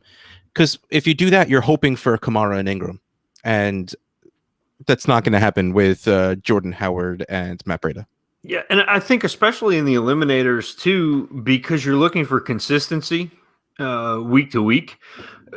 How if Breida and Howard end up eating into each other, and you have 2 consistent RB3s, that's not going to help you out. It'd be better to pick one and hope that they're a running back one, and pick somebody else and hope you hit somewhere else. Then it will be. And I don't know. I haven't gotten down that far in an eliminator yet, but that's oftentimes where I start looking at defenses where you get the consistent points week to week, and you're not going to have a week where they put up a goose egg. You're not going to have a Breida 3 carry 4 target 20 yards each, and he doesn't crack your lineup. This kind of gets to, I was talking about this earlier in my eliminator. It's playing scared instead of playing smart. There's some things that you have to do, and this was actually in terms of like defense and kickers. There's some things that you have to do in order to compete. And to credit my business school, since I messed up math earlier, I will say I learned this in business school. There's things called qualifiers, and then there's things called differentiators. Qualifiers are things that you grab just so that you can compete with the rest of the field because they all have it. And then differentiators are what you do to try to get ahead of the field. And so if you're doing things like grabbing these 2 running backs, you're automatically essentially having a 0 in your lineup because one of them will probably maybe score a touchdown, but the other one won't. Right. And that's just not the way you win these things, at least not these eliminators that are best balls. You're trying to outscore everybody else or at least stay alive. That's just not the way to do it. The more you know. I'm so terrible in the eliminators every year. This year, sadly, I decided to only do a couple. I try to do several of them, and every year I'm eliminated way too early, so I had to take a bite of humble pie. I only do the ones where I'm considered a celebrity. That's a good way to do it right there too. And then I think about like, I'm being a selfish because I'm being a jerk because it's not about you, John. It's for the kids, man. It's for the kids, J Mike. What are you doing? And then I'm a mess. I'm a mess. We had three hot mess though, heavy on the hot. Let me tell you. Woo-hoo! We had 3 trade addicts ones last year, and we got knocked out week 2 in one, and then like week 3 in another one. And thankfully, that third one we took it pretty deep. But what was it? The Trades HQ guys, they got knocked out week 1 of theirs. So it's fine, man. Don't worry about it. Someone's got to lose week 1. It's okay if it's you. Wow. I did not And it think that's will where you were be going with us. I thought you were going to bring that back around to something encouraging, but No. Yeah, it's encouraging that it's just okay, man. Like you said, it's about the kids. Don't got to worry about it. You get to make fun of everyone else. Like, well, welcome to the loser club. It's fine. It's. Oh, look, week 1's gone and you're already out of this game that you took all this time drafting for. Like, it literally took you less time to be eliminated than it did to draft your actual team. You suckers, you guys need to worry about losing every week. I'm good now. I don't got to worry. It's true. That's Speaking funny. of J Mike, well, Yeah. our eliminators filled, right? Like that's for Yes. sure. Because I misspoke Oh, last oh. week. I wasn't even sure just because we didn't advertise it, so I figured it wasn't. But your other thing, that you shared last week, say it again because I already forgot, and you're better at explaining it. Yeah, so one of the things that we decided, actually that I decided for Gabe, and Gabe has decided to run along with this. What we decided to do as a podcast, we are going to have an open bar best ball charity league, and it is going to be something to where, and I think I just threw this out in the chat a little bit earlier for the folks who are already in, decided that they're going to be in this. And originally we were going to do a Gabe division and then a J Mike division, but we didn't get the number of people that we thought to be able to do that yet. So if you're still interested in checking out that the open bar best ball charity leagues, what we want to do is obviously hit up Gabe at FF Man Bun, hit myself up at J Mike Check, or hit up the show's handle at the open bar FP. Excuse me, golly, I keep messing that up, Gabe. The retro button, the open bar pod. Some things just never leave. The open bar pod. So please hit us up there, because if you say it in the chat, like AB, I see you. Trader Joe, I see you. The problem is I'm just not going to remember. So if you mention me on Twitter, if you send a DM on Twitter, I can just add you to the chat real quick, and that way nobody falls through the cracks. We were thinking something along the lines of $20. And if that's too steep, and I get it, obviously in this climate, like I want this to be something that we do a lot of good with, and it doesn't have to be some huge number. It can literally be $10, it can be $15, something just to where we can do good as a group. And I'm open to what people think about it. But main thing being, everybody actually gets to choose their own charity. And so we basically put the charities in a spreadsheet, make sure that nobody's got like the Zachary Tacit Assassin Foundation that was just going straight to the canned lobster operation over at Kyle LeBrec's house. So as long as it's nothing like that. Zach, you told me it was a good cause. What? Look, man, Mason's got to eat. Mason's got to eat. Caleb's got to eat. Everybody's got to eat in Maine, okay? So that's what we want to do. You take debit. Where can I slide this?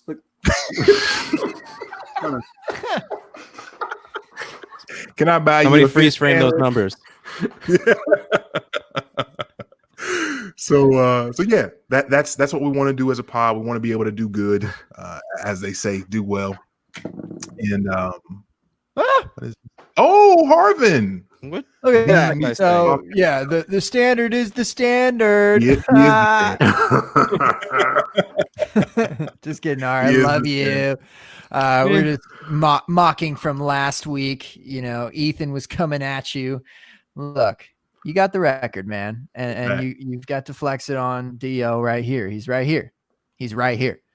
This is how you tweet it. You say, "Hey, Bun, J Mike, Charity, let's go. Which division, whichever division is available. Come on, you know it's just going to be my division, J Mike. Listen, You man. know that. At this point, I'm not going to talk a whole lot of mess. Divisions haven't been cast, anything of that nature. I will just say this: at the end of the day, we'll do a lot of good. And for some reason or another, I feel like it'll have J Mike behind it, but that's neither here nor there. Spaceman in the chat hits the human fund. Like, I don't know if that's a real thing or not. It feels like That's it's fabricated. Seinfeld. Are we still doing auction rename things? I don't know if that should be it. Yes, I'll be playing for the human fund, please. So, yeah, that's. I just want to make sure we got that back out there. So, thanks for bringing that back up, Gabe, because I forgot till just now.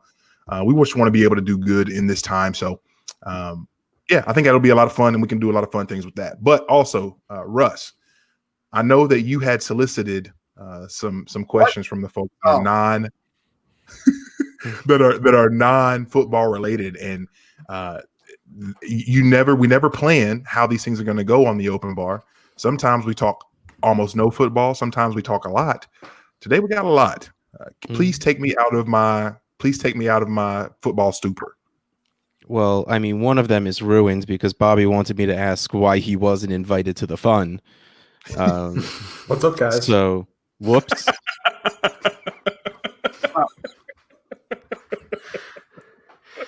What's up, guys? I can't let Russ have nice things. I'm sorry, I just can't.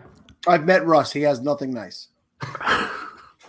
Don't you dare talk about my wife like that. Oh. What were the questions? One of them was new parenting advice, because we have Scott Sidlow in he's our team B, our B team guy for the Trade Addicts pod. He's our first guy to come cover. He has a newborn as well, Mr. Gabe, and he was looking to see what you have in a couple of weeks advantage that you could spare advice wise. Plus, most of us here are parents, and well, again, we didn't realize that the baby Bobby over here without his own kids maybe can give some like dog dad advice or something. But I got that on lock too. I'm clearly the most qualified, guys. I'm definitely ready for this question. You know what though, Bobby, you actually have a point, because you don't know what is going to happen to you the moment that you have kids, and you just don't. You know just as much as taking care of a dog, which is nothing as far as taking care of humans. So one thing that I will suggest, and this is more of a suggestion to people who are trying to suggest things to new parents. Don't say, get your sleep while you can. Please don't say that. Please don't say that. It is so useless. It has nothing to do with everyone's, like, you can't just generalize that for everything. Like, I have learned so much in 15 days. So much in 15 days. All right. So I would just I would stay on your feet. I would prepare. I would try to anticipate what the next move is of this infant that is only communicating with you through, crying. Obviously, I think like crying for me personally is very difficult to just like hear out and like try to fix, because there's like only so many things on the list, and you just keep trying new things after new thing after new thing. And then you like find something that works, and then the next day that thing doesn't work. So you just got to stay ready, and you ain't got to get ready. Okay. But look, sleep is the cousin of death. You don't need that. All right. Just focus on what's in front of you. I mean, I don't know. Just have fun with it so far. I feel like for some reason, Gabe has that like tattooed on his chest. Sleep is the cousin of death. And it's like the Reaper taking a nap or something. Right below that, it says no regrets with the A. Definitely regrets. Yeah. No regrets. I can recommend one thing. As a guy who's my youngest is going to be 16, I have 2 kids in college. Don't make the mistake of telling your wife, how difficult is your life? I go to work all day. I'm actually doing real work. Don't make that mistake. Oh my God. Yikes. You're home with a baby all day? What, are you kidding me? Don't say that. Big Yeah. yikes. Support your Two wife. Drink brought up a great Support one your wife. in the imaginary chat. What's nighttime ritual like at the Gearing household? Nighttime these days? Yeah, like are you sticking with like lullaby, good night, rockabye baby, or like how are you singing this kid to sleep? Okay, well, there's been a few things to happen. Like I said, I think every day, every night has been different. Even the bedtime has been different. If you can get in some sort of routine, eventually, I think that helps until that changes. But one thing I was telling, what was that? The Superflex Super Show, or was it last week here? I don't even know when I was podding a lot this last week. But I started freestyling to young Rook out in the living room. He had a hard time getting to sleep, I don't know, 2, 3 in the morning or something. And it was where he was still adjusting. That's another piece of information you need to know. Sorry to tangent real quick, but babies think that when they come out of the womb, they think that outside is still inside, and that means their day and night is completely switched. So during the day, they think that it's nighttime and they're just going to kick it, and then at night it's daytime and it's about to get litty city. So be ready for those possibly 0 days to like 2 weeks is what I've read of, like a long night, a long few nights of like not. I don't know why this thing won't stop what it's doing. And so you start getting creative and doing things. And one thing that I did was I was just starting to freestyle to him out in the living room. So I literally started doing fridge so big and like in a whisper, so wifey could sleep, but I don't know. You just do things. You find super awkward things. My son Nolan, he was a baby until he was like maybe 2. He like Boys to Men legitimately soothed him, and you do not know the definition of awkward until you're singing "I'll Make Love to You" to an infant. Like that. What happened to talking to him about Corey Davis to soothe him? Let's not wait till the water runs dry. Come on, talk about it. It's the end of the road. That was my prom song, Gabe. Make the biggest mistake. Come on. So the worst part is like you get to the bass and you're like, yeah, baby, I'm gonna make love to you all night long. Put on some Jodeci. Sing that together. Jodeci. Jodeci? Jodeci. Put on the Jodeci. Oh, you're having my baby. Yeah. we had that on the labor playlist. Jodeci's fired. Dude. Wait, Gabe, did you tell everybody Did anybody what ever song the watch Rook was born to? Shanae sings Forever Shanae instead of Forever. Forever, Shanae.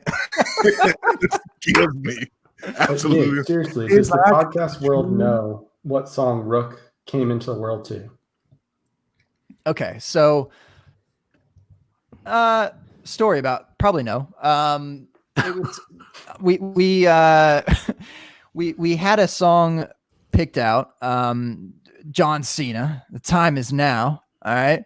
That was ahead of time. We picked that song because we had it at our wedding as well when we came out and we were introduced to the world or whatever as Mr. and Mrs. Gearing. So we figured we'd do the same for our son, I suppose. And Turns out when you're asking your wife questions in between contractions, like should I play the song?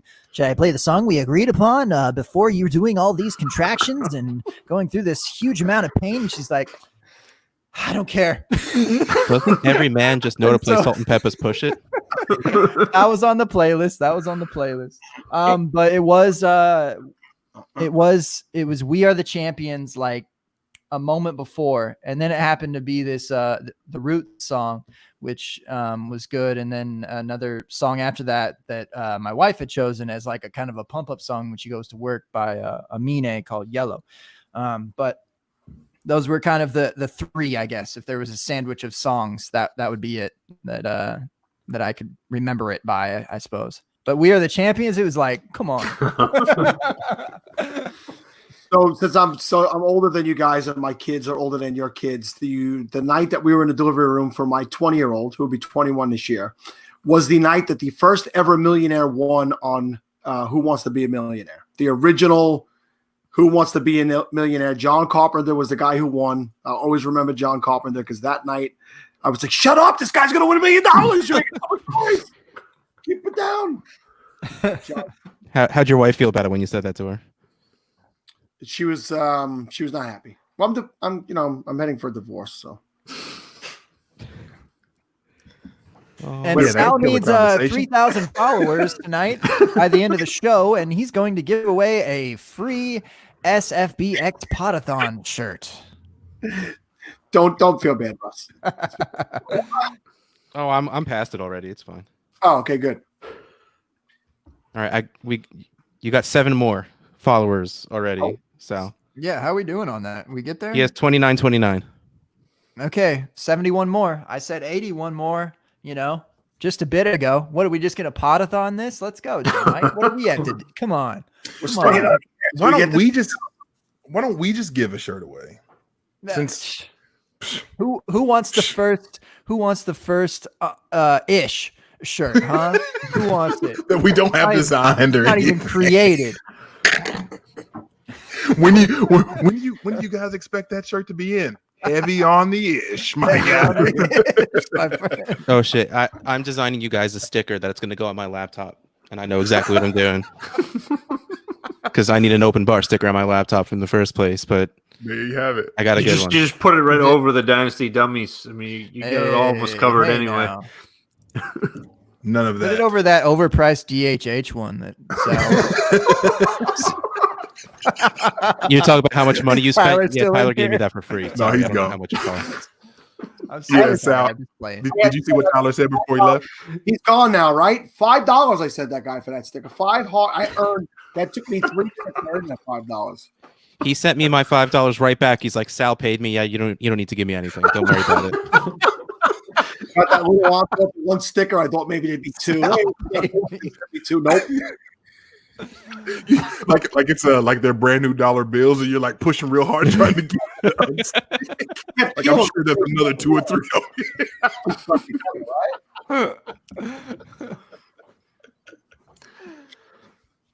And yes, Kyle, I have made many stickers and T-shirts just because I want them. That is not a secret. I have absolutely done that. Oh my God. Russ is definitely the person most guilty of using their own product. Like, he would not make a good drug dealer because he'd just be like, no, I'm going to do all of these. Try before you sell. It's responsible. That's the mark of a good salesman is knowing the product. Oh my God. FF sticker in the house. Russ and Sal, y'all broke me with that one. Oh my gosh. It's so funny. I gotta stop. I'm sorry. Oh man. I can just see sound.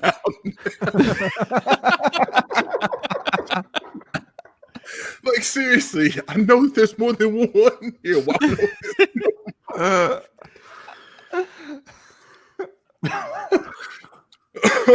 gosh. Oh, Kyle watches this back tomorrow. Oh man. He in the chat before he left, he said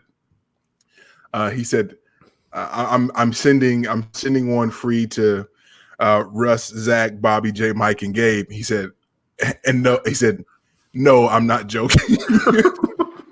You know why I know he's joking? Because he said he had 22 left and he needed to sell them before he went on vacation. And you know he needs that just to finish paying for the vacation. And all He's saving up for that PS5. He doesn't care about vacation already. I already saw that there's like a GoFundMe. Tyler needs a PS5. He did the same thing for the Switch, right? Good old Gun.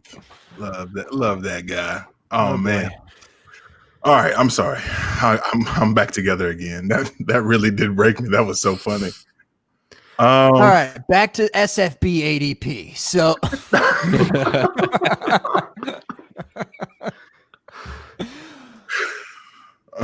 I won't linger about. Is there anything else y'all want to hit on before we get moving? My glasses are fogging up. I got him. Now I got to look to see what the other question was, because I know there was. Oh man, what was the other question, Bobby? You were the one. I'm pretty sure you were the one that asked it. No, I asked you to just ask why I'm not in there, and we already did that. Covered it.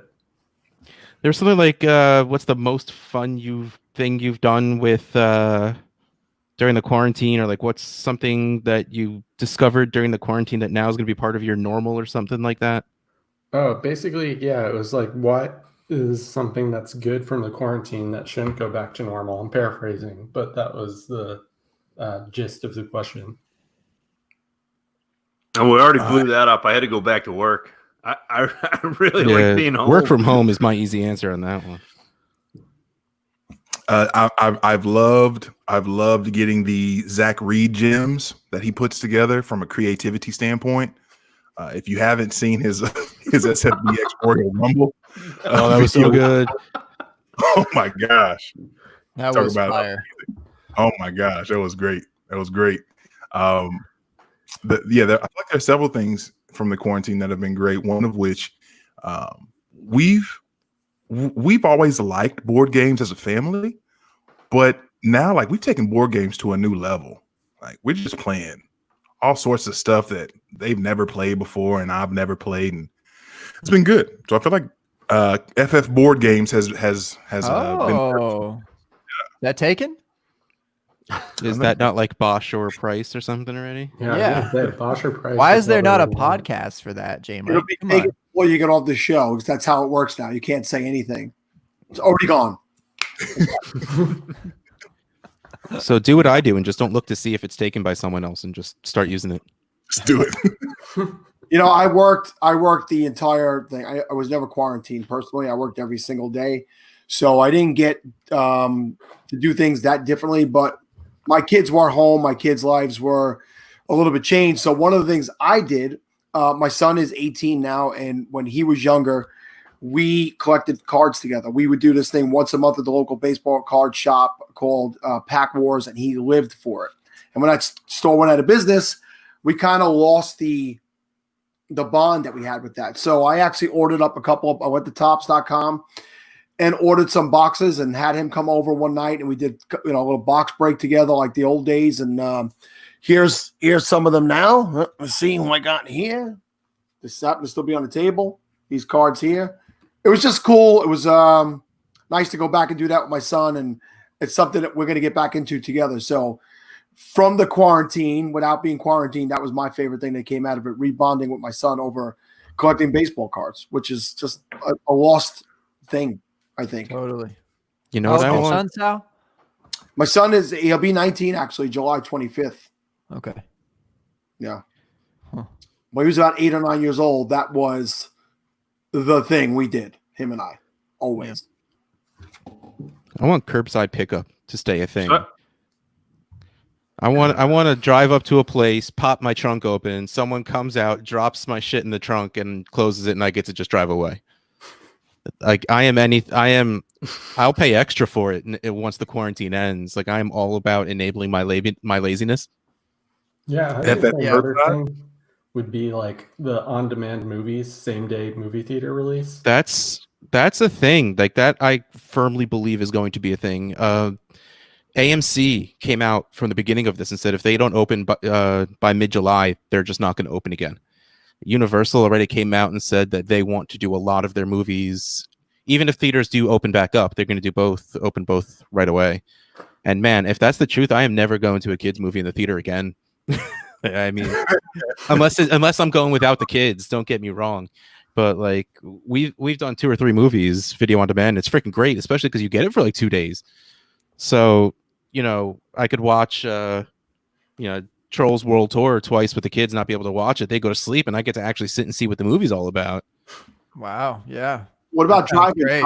back? Who's down with You that? have to pay for that too. That's the thing, Russ. And You have to pay for that. $20 But to you had- rent you a had movie. to pay for that. Say it out loud again. What did you watch, Russ? Trolls World Tour. 2? Was it 2? Well, Trolls World Tour is the second Trolls movie. That that's and the Sonic second the one. Hedgehog we've watched. Yeah. Fast forward 6 years, and Gabe's like, he'll be rattling off kids' movies. Like, what are you? No, I won't. Okay, no, let's put this out No, there. I Let's put this won't. out there. Every movie you think you've seen with your kids, I went to the theater by myself to go see, or with I people my was age. about to defend Russ and say that my wife Yeah. and I. We Oh both no, did. there's no. It No, does take I both love of them. kids movies. I saw Frozen in the theater by myself.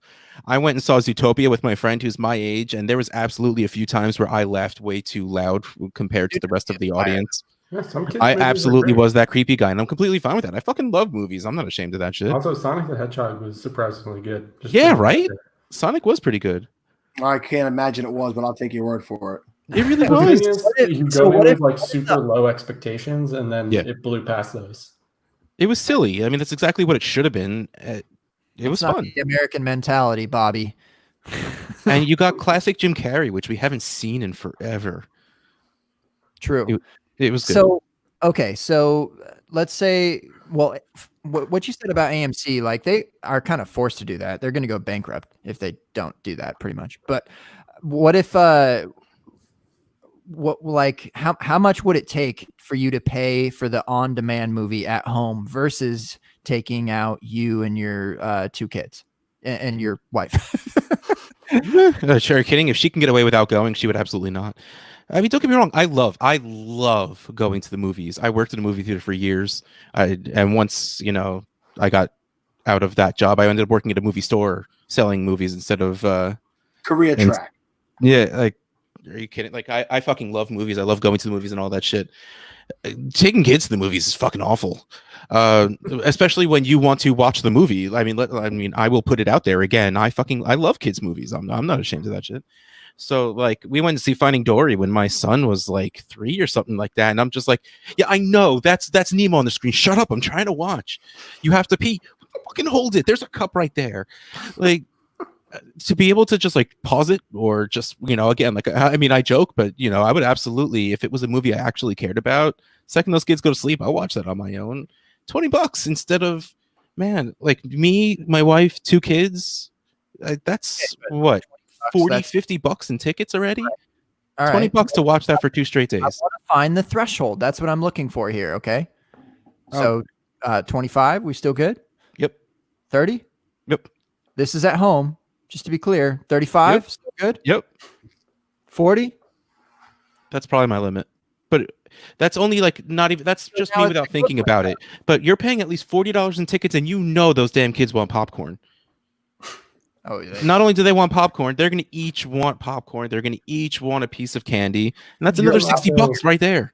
You can tell Gabe that doesn't go to movie theaters in New York that much because he's like, oh, $40 is so much. $40 is like, $40. Don't get me wrong. Like you go to the theater, okay, I will never.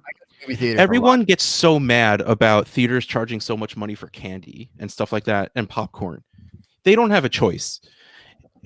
Okay, let's have some education right here in the open bar. How much money do you guys think movie theaters make selling a movie ticket? Like the theater itself, how much do they make? close to nothing. I don't I'm know a if they're terrible doing- Not guesstimator. much. 1 to 10 cents. Yeah. What choice do they have? How the hell else do they make money? Not by selling tickets. So they need to charge $10,000 for a freaking piece of popcorn. So like, I get it. I don't like it, but I absolutely 100% get it. And yes, Kevin, you smuggle as much shit in there as you can. Like they don't care anymore. Whatever. But like it's what they have to do, and I completely get it. But it's part of the thing. But like, to be able to like that dark experience with the surround sound where like when someone's knocking at a door, like you turn around because that's how good the sound is. I tweeted out a couple of weeks ago. It was like the year anniversary of Avengers Endgame, and someone actually like tweeted out the crowd experience of the first showing of. I can fucking spoil it by now. When the first time Cap called Mjolnir, I don't give a shit anymore. It's gone already. When Cap called Thor's hammer, and the crowd went fucking nuts. Like I'm literally I have goosebumps because right now thinking about it. And again, I have zero shame in my life. I cried for the last hour of that movie. Like I preferred when you called it Mjolnir. You caved to your audience and called it Thor's hammer. No, I said Mjolnir first. Yeah, I know. I'm saying I prefer you did it right the first time, and then the second time you're like, let me tone down the nerdiness. Like, well, Sal said he didn't see it, so I was making sure I ruined it perfectly for him. Entire universe series. I just needed to make sure that just in case he went to see it, he knew how ruined it was. Thor's which one? The green one? Yes. But like, so like when you hear that crowd go nuts, like I go into that, like watching a comedy with a group of people, you laugh harder, you laugh louder, you feel it more. There were people responding just like, I would have been so mad if I was in a theater that it reacted like that. I'm like, then why are you seeing things with other people? That's the point, man. Like, it's a group experience. I went to see a couple of years ago Blazing Saddles in the theater and it was a Q&A with Mel Brooks afterwards, which will go down as one of the greatest experiences of my life because I fucking love that man. But it was like watching the movie for the first time. Like, to know that other people laugh at silly little things that you thought only you laugh at. Are you watching TV, Sal? I see. Is that a remote in your hand? I'm not watching it. He's starting Endgame right now. He's searching forward for the Thor hammer part. He's like, wait. But like, yeah, and then there's stuff. There's stuff like you laugh at that you didn't realize to laugh at because you hear other people laughing, and then like you catch things you didn't always before. It's like, to me, I love that experience. It's not always great. Sometimes, like, yeah, sometimes there are assholes that talk or sit on their phone, but that's not the point. Like, you can't judge that by its shittiest experience. Like, to me, going to the movie theater is just great. I legitimately love the experience, especially like when I worked at the theater. I saw almost every single movie that came out. Like, not having to pay for movies is the great. Like, I went a decade without paying for a movie, which is also why I will always give movie theaters my money, just because the amount of money I saved in the long run, I'm still paying it up. and theater rant right there. Sorry, that was like 20 minutes.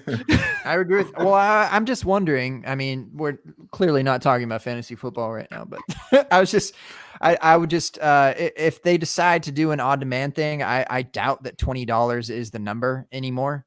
If I agree. Open, that's going to be tough. But neither here nor there. We don't have to necessarily keep that going here. No, let's keep talking about it because Trolls made $50 million. Trolls World Tour made $50 million on its opening weekend. I don't think if that was the theater, they would have been happy. You're trolling right now. You're trolling right now. By the way, we're close to making that for the Podathon donations. If you guys want to just head over and donate, World Tour opening. Do you have 3,000 followers yet? No, but we're up to almost $50 million in Podathon donations, which is awesome. How much? In all honesty, we're over $6,000 in only 4 days. Incredible. That's wow. Shout out to everybody. Wait. Actually, now that you mentioned it earlier, why the hell haven't you offered the open bar a spot on the SFBX pod? Like, what's wrong with you, Sal? Well, we haven't talked that much about the Podathon tonight, but let me tell you something. Yeah. This will be year 3, right? In year 1, I basically had to go out and just scrounge people up, beg people to come on. And what I hoped would happen happened. Year 3, I got overwhelmed with people. And I mean, even the big name people reached out to me this year. They wanted to come on. Shane Battier DM'd me the other day and told me he's coming on. Hell yeah. This is the level of people that are coming on the show this year. So I will always find room for my friends, for you guys, even if I have to squeeze you in while other people are on there and bump you and you want to come. You reach out to me that day and say, hey, I'm available right now. I'll put you on. But this schedule is packed. 48 to 30-minute segments are booked. I have 30-something people that want to spend money to sponsor this thing. Manscaped is sending me a product. I got a donation from Garrett Lerner today. He's the producer of the TV show House. That's awesome. He is blowing the hell up. So believe me, I stopped reaching out to people because I was just so DMs. I know kind of what Scott goes through, not even close still. But my phone has been blowing up round the clock. I don't even know what the hell to do with it. So it's a good problem. Let's go. That's awesome to hear. Question, Sal, does that donation number include the mini potathon that you did like a few weeks ago? Or was that even a few months ago now? It was actually end of March, right at the beginning of COVID stuff. We did that. And no, we made like, I think $700-800 for that. We donated that directly to Feeding America because it was a COVID time. And now I don't know if you guys all know what we're splitting the money up for. I spoke with Scott on the phone the other day.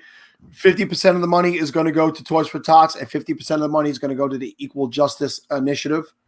I really wanted to do something like that this year, and Scott was all on board for it. And $6,000 already. I put a goal of $10,000 out there. I don't see how we don't blow past that. So it's just been awesome.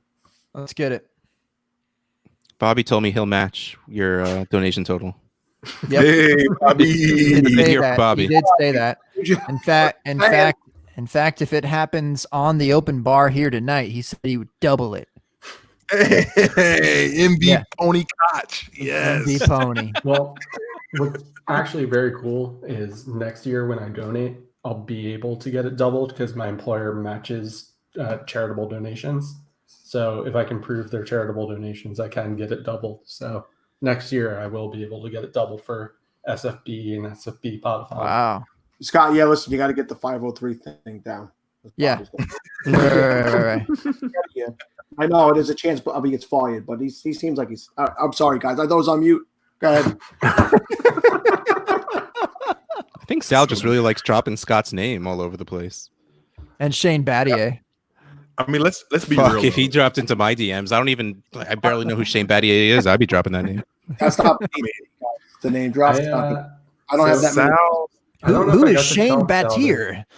Shane Battier? What? Was an investor in the company I used to work for, so I got to meet him briefly. He's a really nice guy, so you'll have fun having him on pod. Why you trying to upstage me, bro? No, I'm just saying I met him once. He's a nice guy. That's it. He's vouching. That's what he's doing. And Bobby's going to match the charitable donations too. He's going to double whatever Shane donates. Kyle, so I need to point this out in the chat. Kyle says I'm going to make a ton of money betting on Daniel Jones. It's more like I'm going to end up wearing jorts, but maybe I'll use that to like raise money for Sal's charity. No, look at it this way. If Drew Lock sucks this year, then Bobby might be able to match those donations. That's true. There's a lot of people who have bet me that Drew Lock is good. So for charity, you should all be rooting for Drew Lock to suck. for the kids. If you did not see my live read from Manscaped, the show is pinned to the top of my Twitter. Go check it out. Pretty epic. Hey, listen, last thing, and I'll stop promoting the Podathon on your show. We have probably one of the last spots to give away in SFBX, and I'm shutting the entries off at 4 p.m. tomorrow Eastern time. If you go to my Twitter, pinned at the top of my page, it tells you what you got to do. It's really basic, simple instructions, and if you want a shot to get in, you don't have to do anything but follow a couple of Twitter accounts and send me the clues from last night's show. Real simple. It's about 40 people entered right now. It's not a lot. Big facts. It's going to be a great time. It's going to be fantastic. Hey, we see you, Kev. Shout out to you, FF engineer. My fantasy godfather, if you will. I haven't finished, and you guys will probably make fun of me about this. I haven't finished the Godfather movies, but Kevin O'Brien is basically my fantasy godfather. I'm only in this basically because of him. So he retweeted you just now, Sal, in reference to talking about SFB Podathon. So appreciate you, man. Thank you, Kev. Kevin's and on that note, yeah, man. When he said he was coming back with the pod, man, I about cried myself to sleep that night. It was fantastic news. For real. I enjoy Kevin. We're making it. We're getting there, Sal. Sal, we gonna get you. It might not be tonight, but you gonna get there. I'm not stopping until he gets to 3,000. I'll be here. I mean, y'all can leave. I'll be here. What do I got to do tomorrow? Huh? I gotta work. I know, but I'll be here. I'm gonna be here for your 3,000. All right. So as long as we're still live, as long as this is still rolling, you're giving away a shirt, right? And while we're spoiling shit for Sal, we'll love you 3,000. Oh, wow, we're spoiling shit. I love it. And Sal's like, I have no idea what that is. I don't get it. I don't know what you're talking. You'll get it. Don't worry. I'm never gonna watch it. Promise. He said, promise. I'm never gonna watch. Promise. All right, Gabe. All right. You want to do a draft real quick, J Mike? If you got something on the brain, I'd love to. A little combination of outros and draft at the same time. Ooh, what's on your brain? Let me hear. No. I mean, just I'm trying to save time here. Do some outro, like give the person their pick, their 101, whatever, and then they have the floor as well. You know, I'm with it. I'm with it. Yes, sir. All right. Wow, J Mike, I didn't do the ticker this whole time.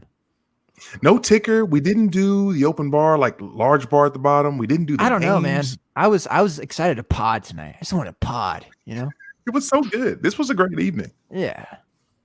Fire. And it doesn't people I won't linger here. I truly wish that everyone in the world had the opportunity to do something, specifically a hobby that they enjoy, or just like an activity that they enjoy a lot, and do it with people that they care a lot about and care a lot about them. I really wish everyone had that opportunity, because it's absurd for the fact that we get this opportunity to do this, and most specifically on a night like tonight when we've got people who we hold near and dear, and just to be able to come in, to legitimately feel like you can be yourself and not worry about a facade, not worry about trying to keep up appearances, just coming in and doing you. So I think there's a lot of people don't get to experience this kind of freedom, and it makes me sad, but it also makes me incredibly grateful. So yeah, let's do it, Gabe. Outros and the draft pick. I'm with it. I know. Imagine all of these dorks. They all do all these other podcasts, and they have to come here and come with a show sheet. They have to have content and stuff, and we just show up and we pod. We pod our butts off, man, every single week. How do we do it? Okay, yours was a lot more sentimental, but I got Sal on the show. I got to get on my Salito shit. Okay, little dick punch. All right, huh? Take it. All right. What were we talking about earlier? What was your vegetable there, Zach? I need to know. Jicama. Jicama. All right, because I got to name the show that later. Jicama. Yeah. Is that how you're naming it? Maybe. I gotta Google how to spell it. Hey, quit watching Endgame or Infinity War. I bet you know what? I bet he's watching The Incredible Hulk. I bet he's watching The Incredible Hulk. So is that what you're watching? Super underrated. I don't understand why everyone hates the Ed Norton Hulk movie so much. Well, let's keep this going, because now that Har's in the chat, I feel like I need to start saying we need to break his record, which I have no fucking interest in doing. No, I'm falling asleep as I talk. No, I was just fucking around. No, but the Hulk movie is great. I don't understand why everyone hates it, but I'm not actually going to start talking about it. I want to pry so badly, but I'm not gonna, out of respect. All right. The draft is, what is the draft? Hey, Ryan McDowell. How many SFBX invites, man? What do we got? I saw a tweet earlier. There was 100 left or something. Come on. Ryan McDowell, if that is your real name. You know what? Yeah, Ryan McDowell. No, you know what I wanted to see this year? I wanted to see more like things to get into a league. I remember a few years ago listening to Matthew Berry pods and to get into the what is it? Listener. The listener. Yeah, I thought it was something Man's fancier league. than that. Man's league, yes. Yeah, that one. So they always had people submitting videos, something to get into SFBX. I want everyone to have to do that. I mean, that would be awful to like just, and I'm not signing. Damn it, I'm not signing up for this. I'm not. I'm just saying like it would be fun if people like, made a specific hashtag to enter into a Scott Fishbowl contest or something next year. Okay. So like raps or like put yourself in a singlet or things like that. I don't know. Chug a beer out of a baby bottle. I don't know. That I was mad that I didn't get to do that. I wanted to do that. I didn't get to really do that because that's like a thing at the baby shower. I hate like baby shower games. I think they're stupid, but like that was one I was interested in. All right. So sorry, y'all. Let's go. The draft tonight is, let's go back to movie theaters. Okay. We are going to talk about movie theater snacks, whether you are buying them at the theater or you are bringing in that snack yourself. I don't care, as long as you are bringing it to the theater itself. Okay. We're not talking about at home. We're not talking about making your, fancy, martini Sal. Okay. Doesn't count. All right. You got to go to the theater to get this snack. Now, say your snack. And then, of course, in open bar style, you have to compare that snack to a player that is in the NFL right now. Of course, that includes rookies that might be Daniel Jones, for Bobby, that might be Calvin Ridley for Russ. I don't care who it is. Just pick a snack, pick a player, combine the two, make creative things happen with that. At the same time, you're also going to give an outro for yourself to express to the world just exactly who you are. Even though this like whole show has been like an outro show. I mean, like Sal has been talking about his stupid potathon like this whole time, and Bobby with. I don't know. I'm just making. Has Bobby said anything this whole time? I don't even remember. I don't think so. All right. So, all right. Movie theater snack. Player to compare it to, and then your outro. All right. And Bobby, you have the 101, my friend. Unless you'd like to pass it on to someone else, that's fine. If you're not ready. The 101. But the motto tonight: stay ready and gotta get ready for them babies, for them infants. So I mean, Gabe, Bobby, what? I won earlier in that game we played. I'm clearly ready to take on the 101 responsibility. Here we go. So with the 101, I'm taking the candy that I have to have anytime I go to a movie theater. Might not be the candy that everyone else has to have, but it's cookie dough. And I love cookie dough, and I always finish it before the movie actually starts. And cookie dough, I feel like, is a bit underrated when I talk to my friends, at least. And that's how I feel when I talk about Gardner Minshew. Gardner Minshew is underrated. He is the cookie dough of the Dynasty community. So are you going to spin off Superflex to some candy-themed Superflex where you do candy comparisons instead of animals? I mean, Superflex did legitimately start because we were hating on Peeps in a David Wilsey tweet. So, yeah, could happen. Speaking of Superflex, you can find me on Superflex with my co-host, Matt Price, and you can find my work at Dynasty League Football. For those who don't know me, I'm Rec Fantasy, and tonight I wrecked all of these guys at this ADP game. Wow. Cling to what you got to cling to, Bobby. Whatever makes you feel good. Wow. Shout out to Shuval, by the way. Quick plug. It is the open bar. What's our website called for shirts? I got to remember that again since we're openbar.storeenvy.com. Since we're gonna like put a shirt on there for once in like months. Yeah, the openbar.storeenvy.com. You can find Shuval there. I feel like that's gonna pop off this year, man. Hey, Shuval. With it. That's good, Bobby. Hey, nice to have you on, man. And thank you for coming in last minute. Like seriously, I'm glad that it happened, but it was good to see you again. And shout out to the wifey for allowing you to do it. Yeah, I was glad to be here. Real quick, I think I saw Dad in the background of the Batman shirt. Shout out. Yeah, he was. My dad passed by. I didn't do this earlier, but shout out to Gabe for becoming a dad.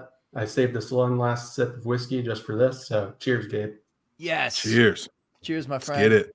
My friends. Yeah, I said it last week, but I appreciate all the support that everyone's been giving me in the Twitter community for all this. So much love. Zach, you're the 102, my guy. Can you handle this? Yeah. All right, what's your snack? I'm going Dynasty, and I'm going off in a different direction, kind of off the beaten path. And I've got to set the scene because this is real. This actually happened. So this is back in 96 or 97, and I was in Aspen, Colorado for a basketball camp, and we were headed to the movies, and I had on my cargo shorts, and we decided to stop by a store on the way to the movies, and I grabbed Ben and Jerry's a pint of Cherry Garcia, tucked it in the cargo shorts. Okay. So we went in, we bought tickets to the movies, got in there, and you had to wait because they have I don't know if you call them ushers or the guys that work at the movie theater that walk down with the flashlight before the movie, make sure everyone's in their seats and in their own seats. And so you had to wait to open that a little bit. And that player is going to be Brian Edwards, because you're going to have to wait a little bit for Brian Edwards to kind of come to fruition. But man, he's that Cherry Garcia when you're sitting there watching the movie, and it's going to be absolutely beautiful.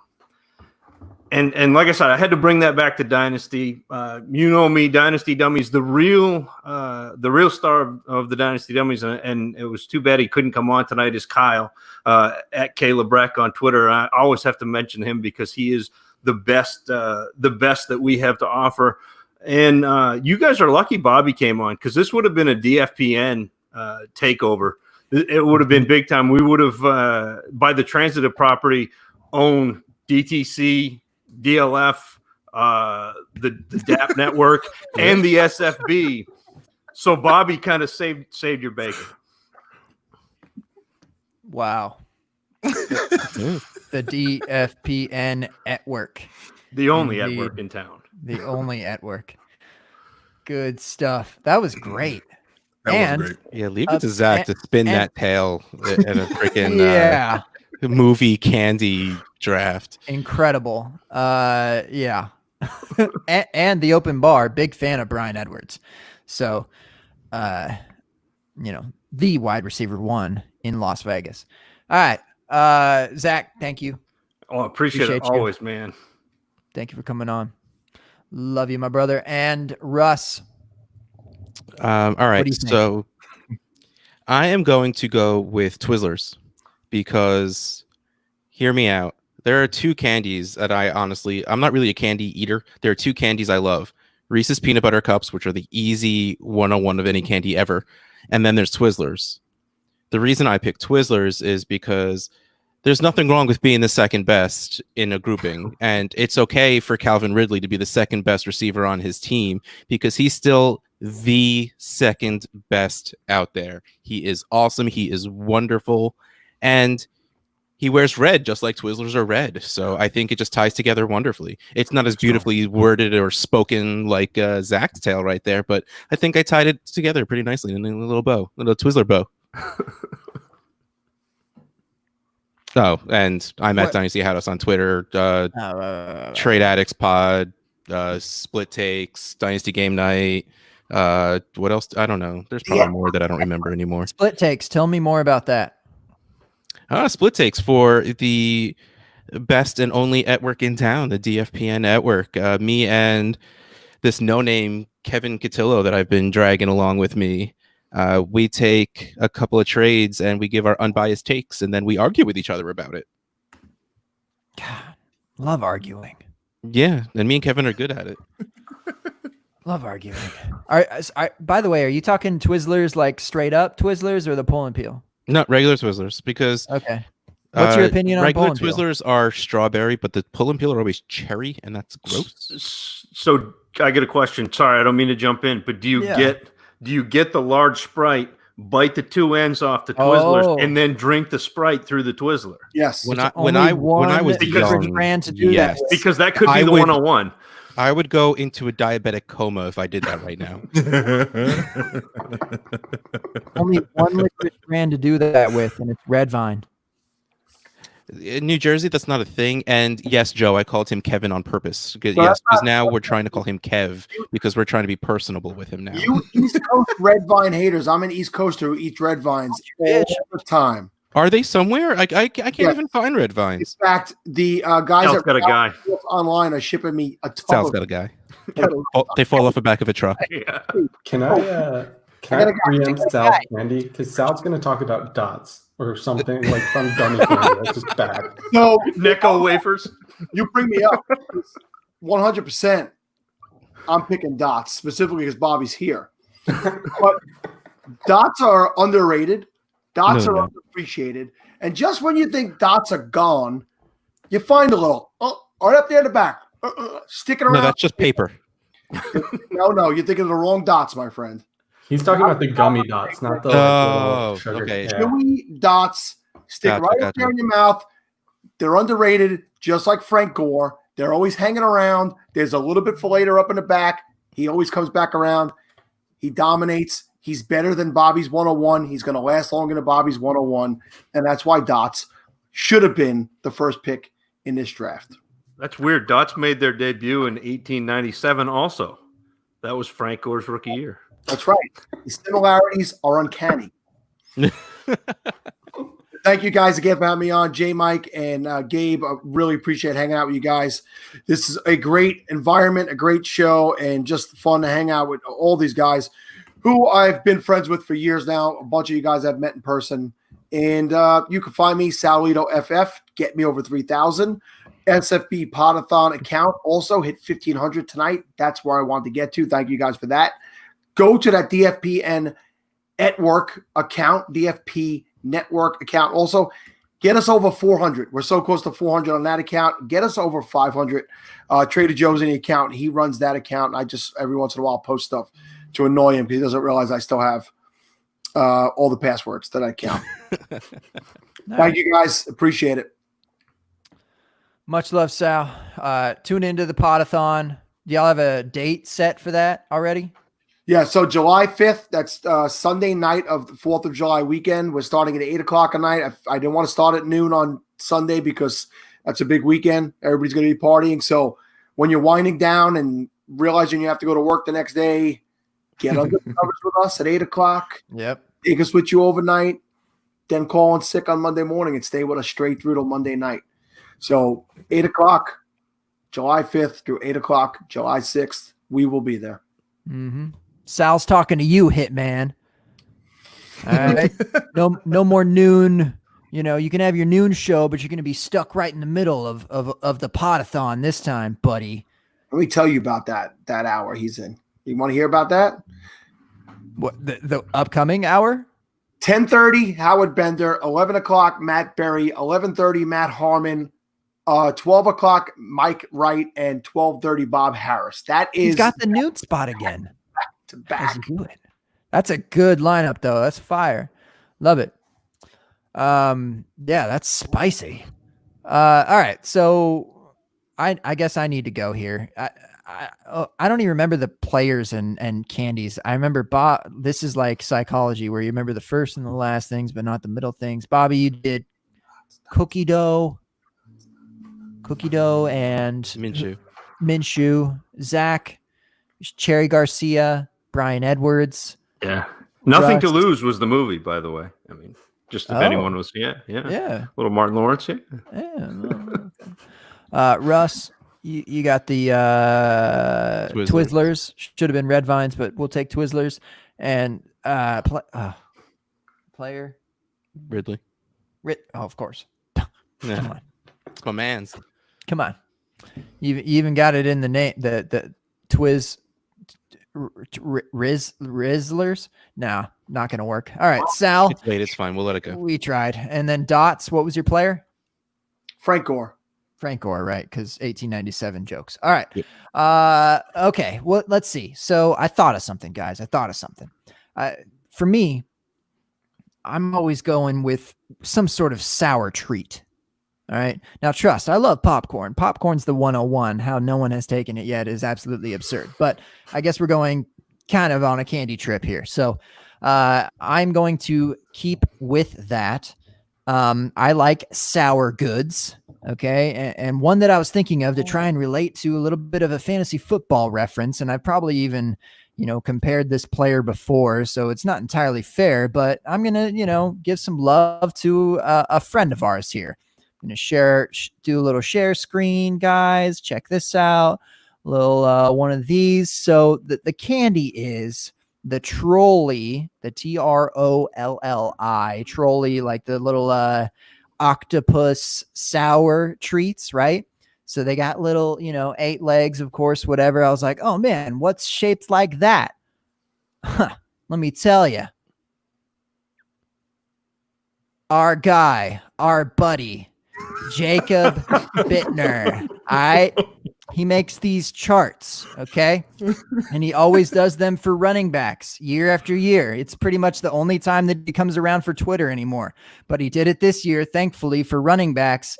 And I'll tell you what, this is the closest one that looks like an octopus, I guess, that reaches out as far as we can go. Yeah, sure, he missed on his receptions and reception yards, but he did it just fine in his last year. And yeah, his height doesn't matter because look, BMI is right there at 32.4, accounting for that with the weight. Okay. The dude's just beef stick, or no, he's a Trolli, sour octopus. That's what he is. Make up your mind. I don't know. He's FF Trolli. All right.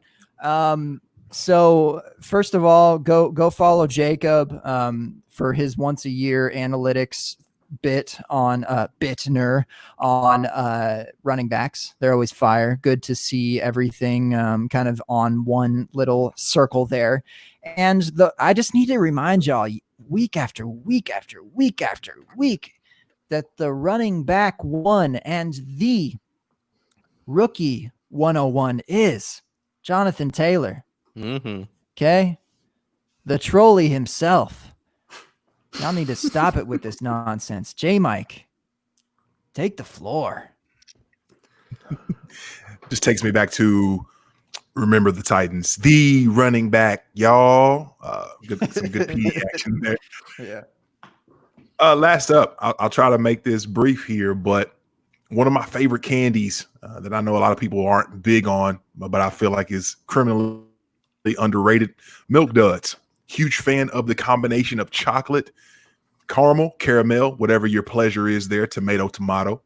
Now, here's the beauty of Milk Duds. They've been around for what feels like forever.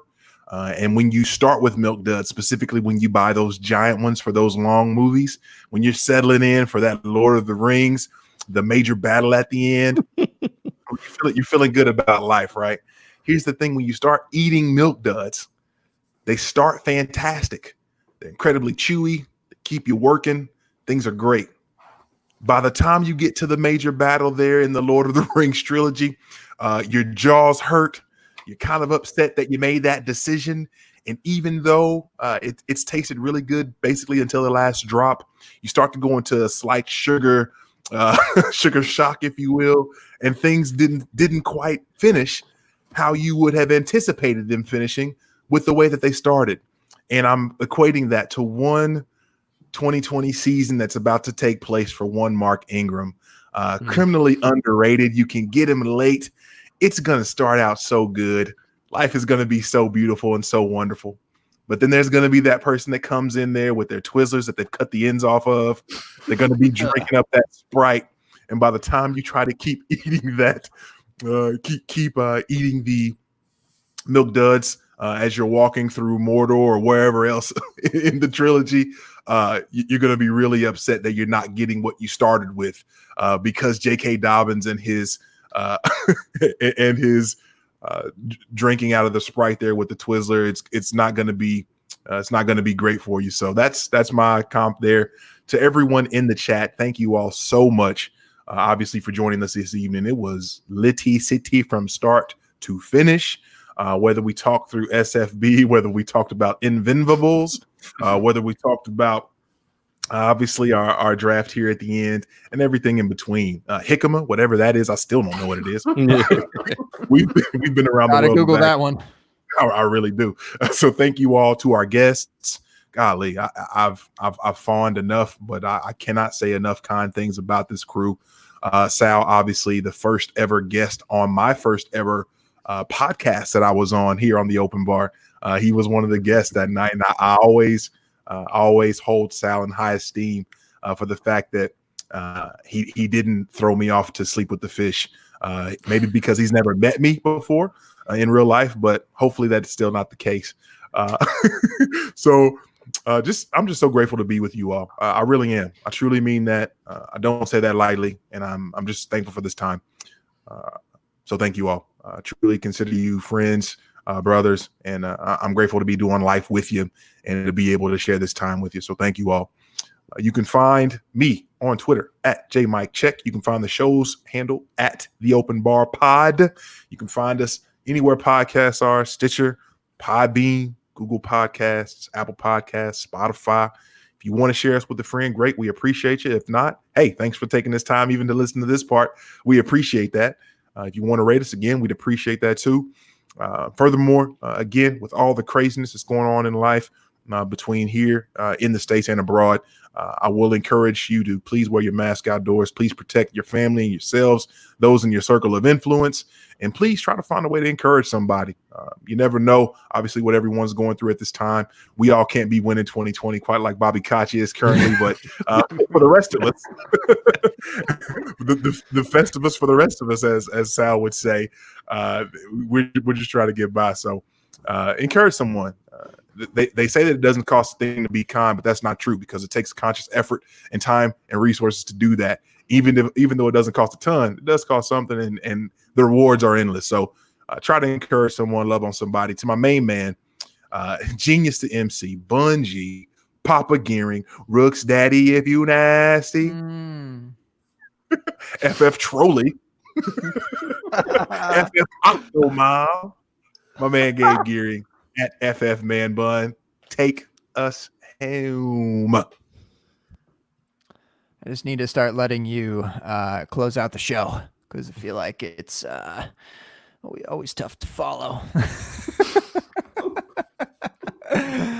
No, it was incredible stuff tonight. How would you come off an episode with Scott Fish, Casey Kasem, Liz Loza? Come on, what you gonna do? You gonna come through with the weakness? Nah. All right, we came with the heat, came with the fire, came with the jicama. All right.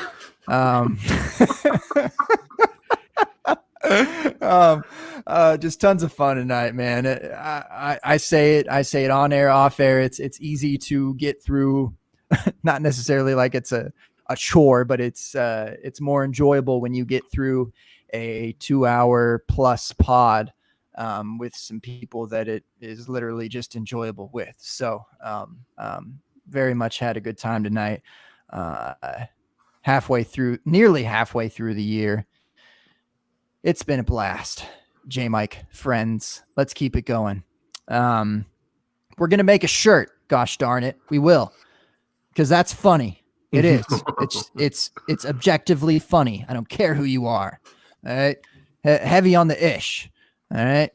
So check that out. Russ, what's our website for shirts? theopenbar.storenvy.com. Is that right? That's it. Okay, perfect. Thank you. That's where it'll be. We'll share it. I'm going to just give the link to Russ and he's going to, take it and run with it because he's better at that than we are. So, and apparently a sticker is coming. A sticker is coming for the Open Bar. So, do we have, what's it called? What's it called for the person like marketing or the merch, like FF merch? He's our mercenary, FF mercenary. Russ is our love it. Is our yeah. All right. I have so many podcast intros to do, guys. Thank you for the love. I'm sorry that I have not done them. I feel like you get a pass on that. Yeah, you got a little something better going on. I was just telling Russ today, I was like, man, this like the third time I've been in front of my computer in 2 weeks, and like that sucks. So I need to find a better way to figure out how to do these intros in between things. I just admitted that I watched The Sopranos for like 3 hours, so maybe I shouldn't do that. You and just, need like, you time is very think- important, Gabe. Madon.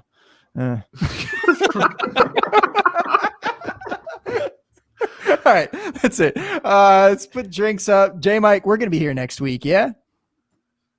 That we are, sir. Gosh, I'm excited for that. Yeah. Okay, that's it then. We're the open bar, 9:30-ish, baby. We'll see y'all next week. Doses.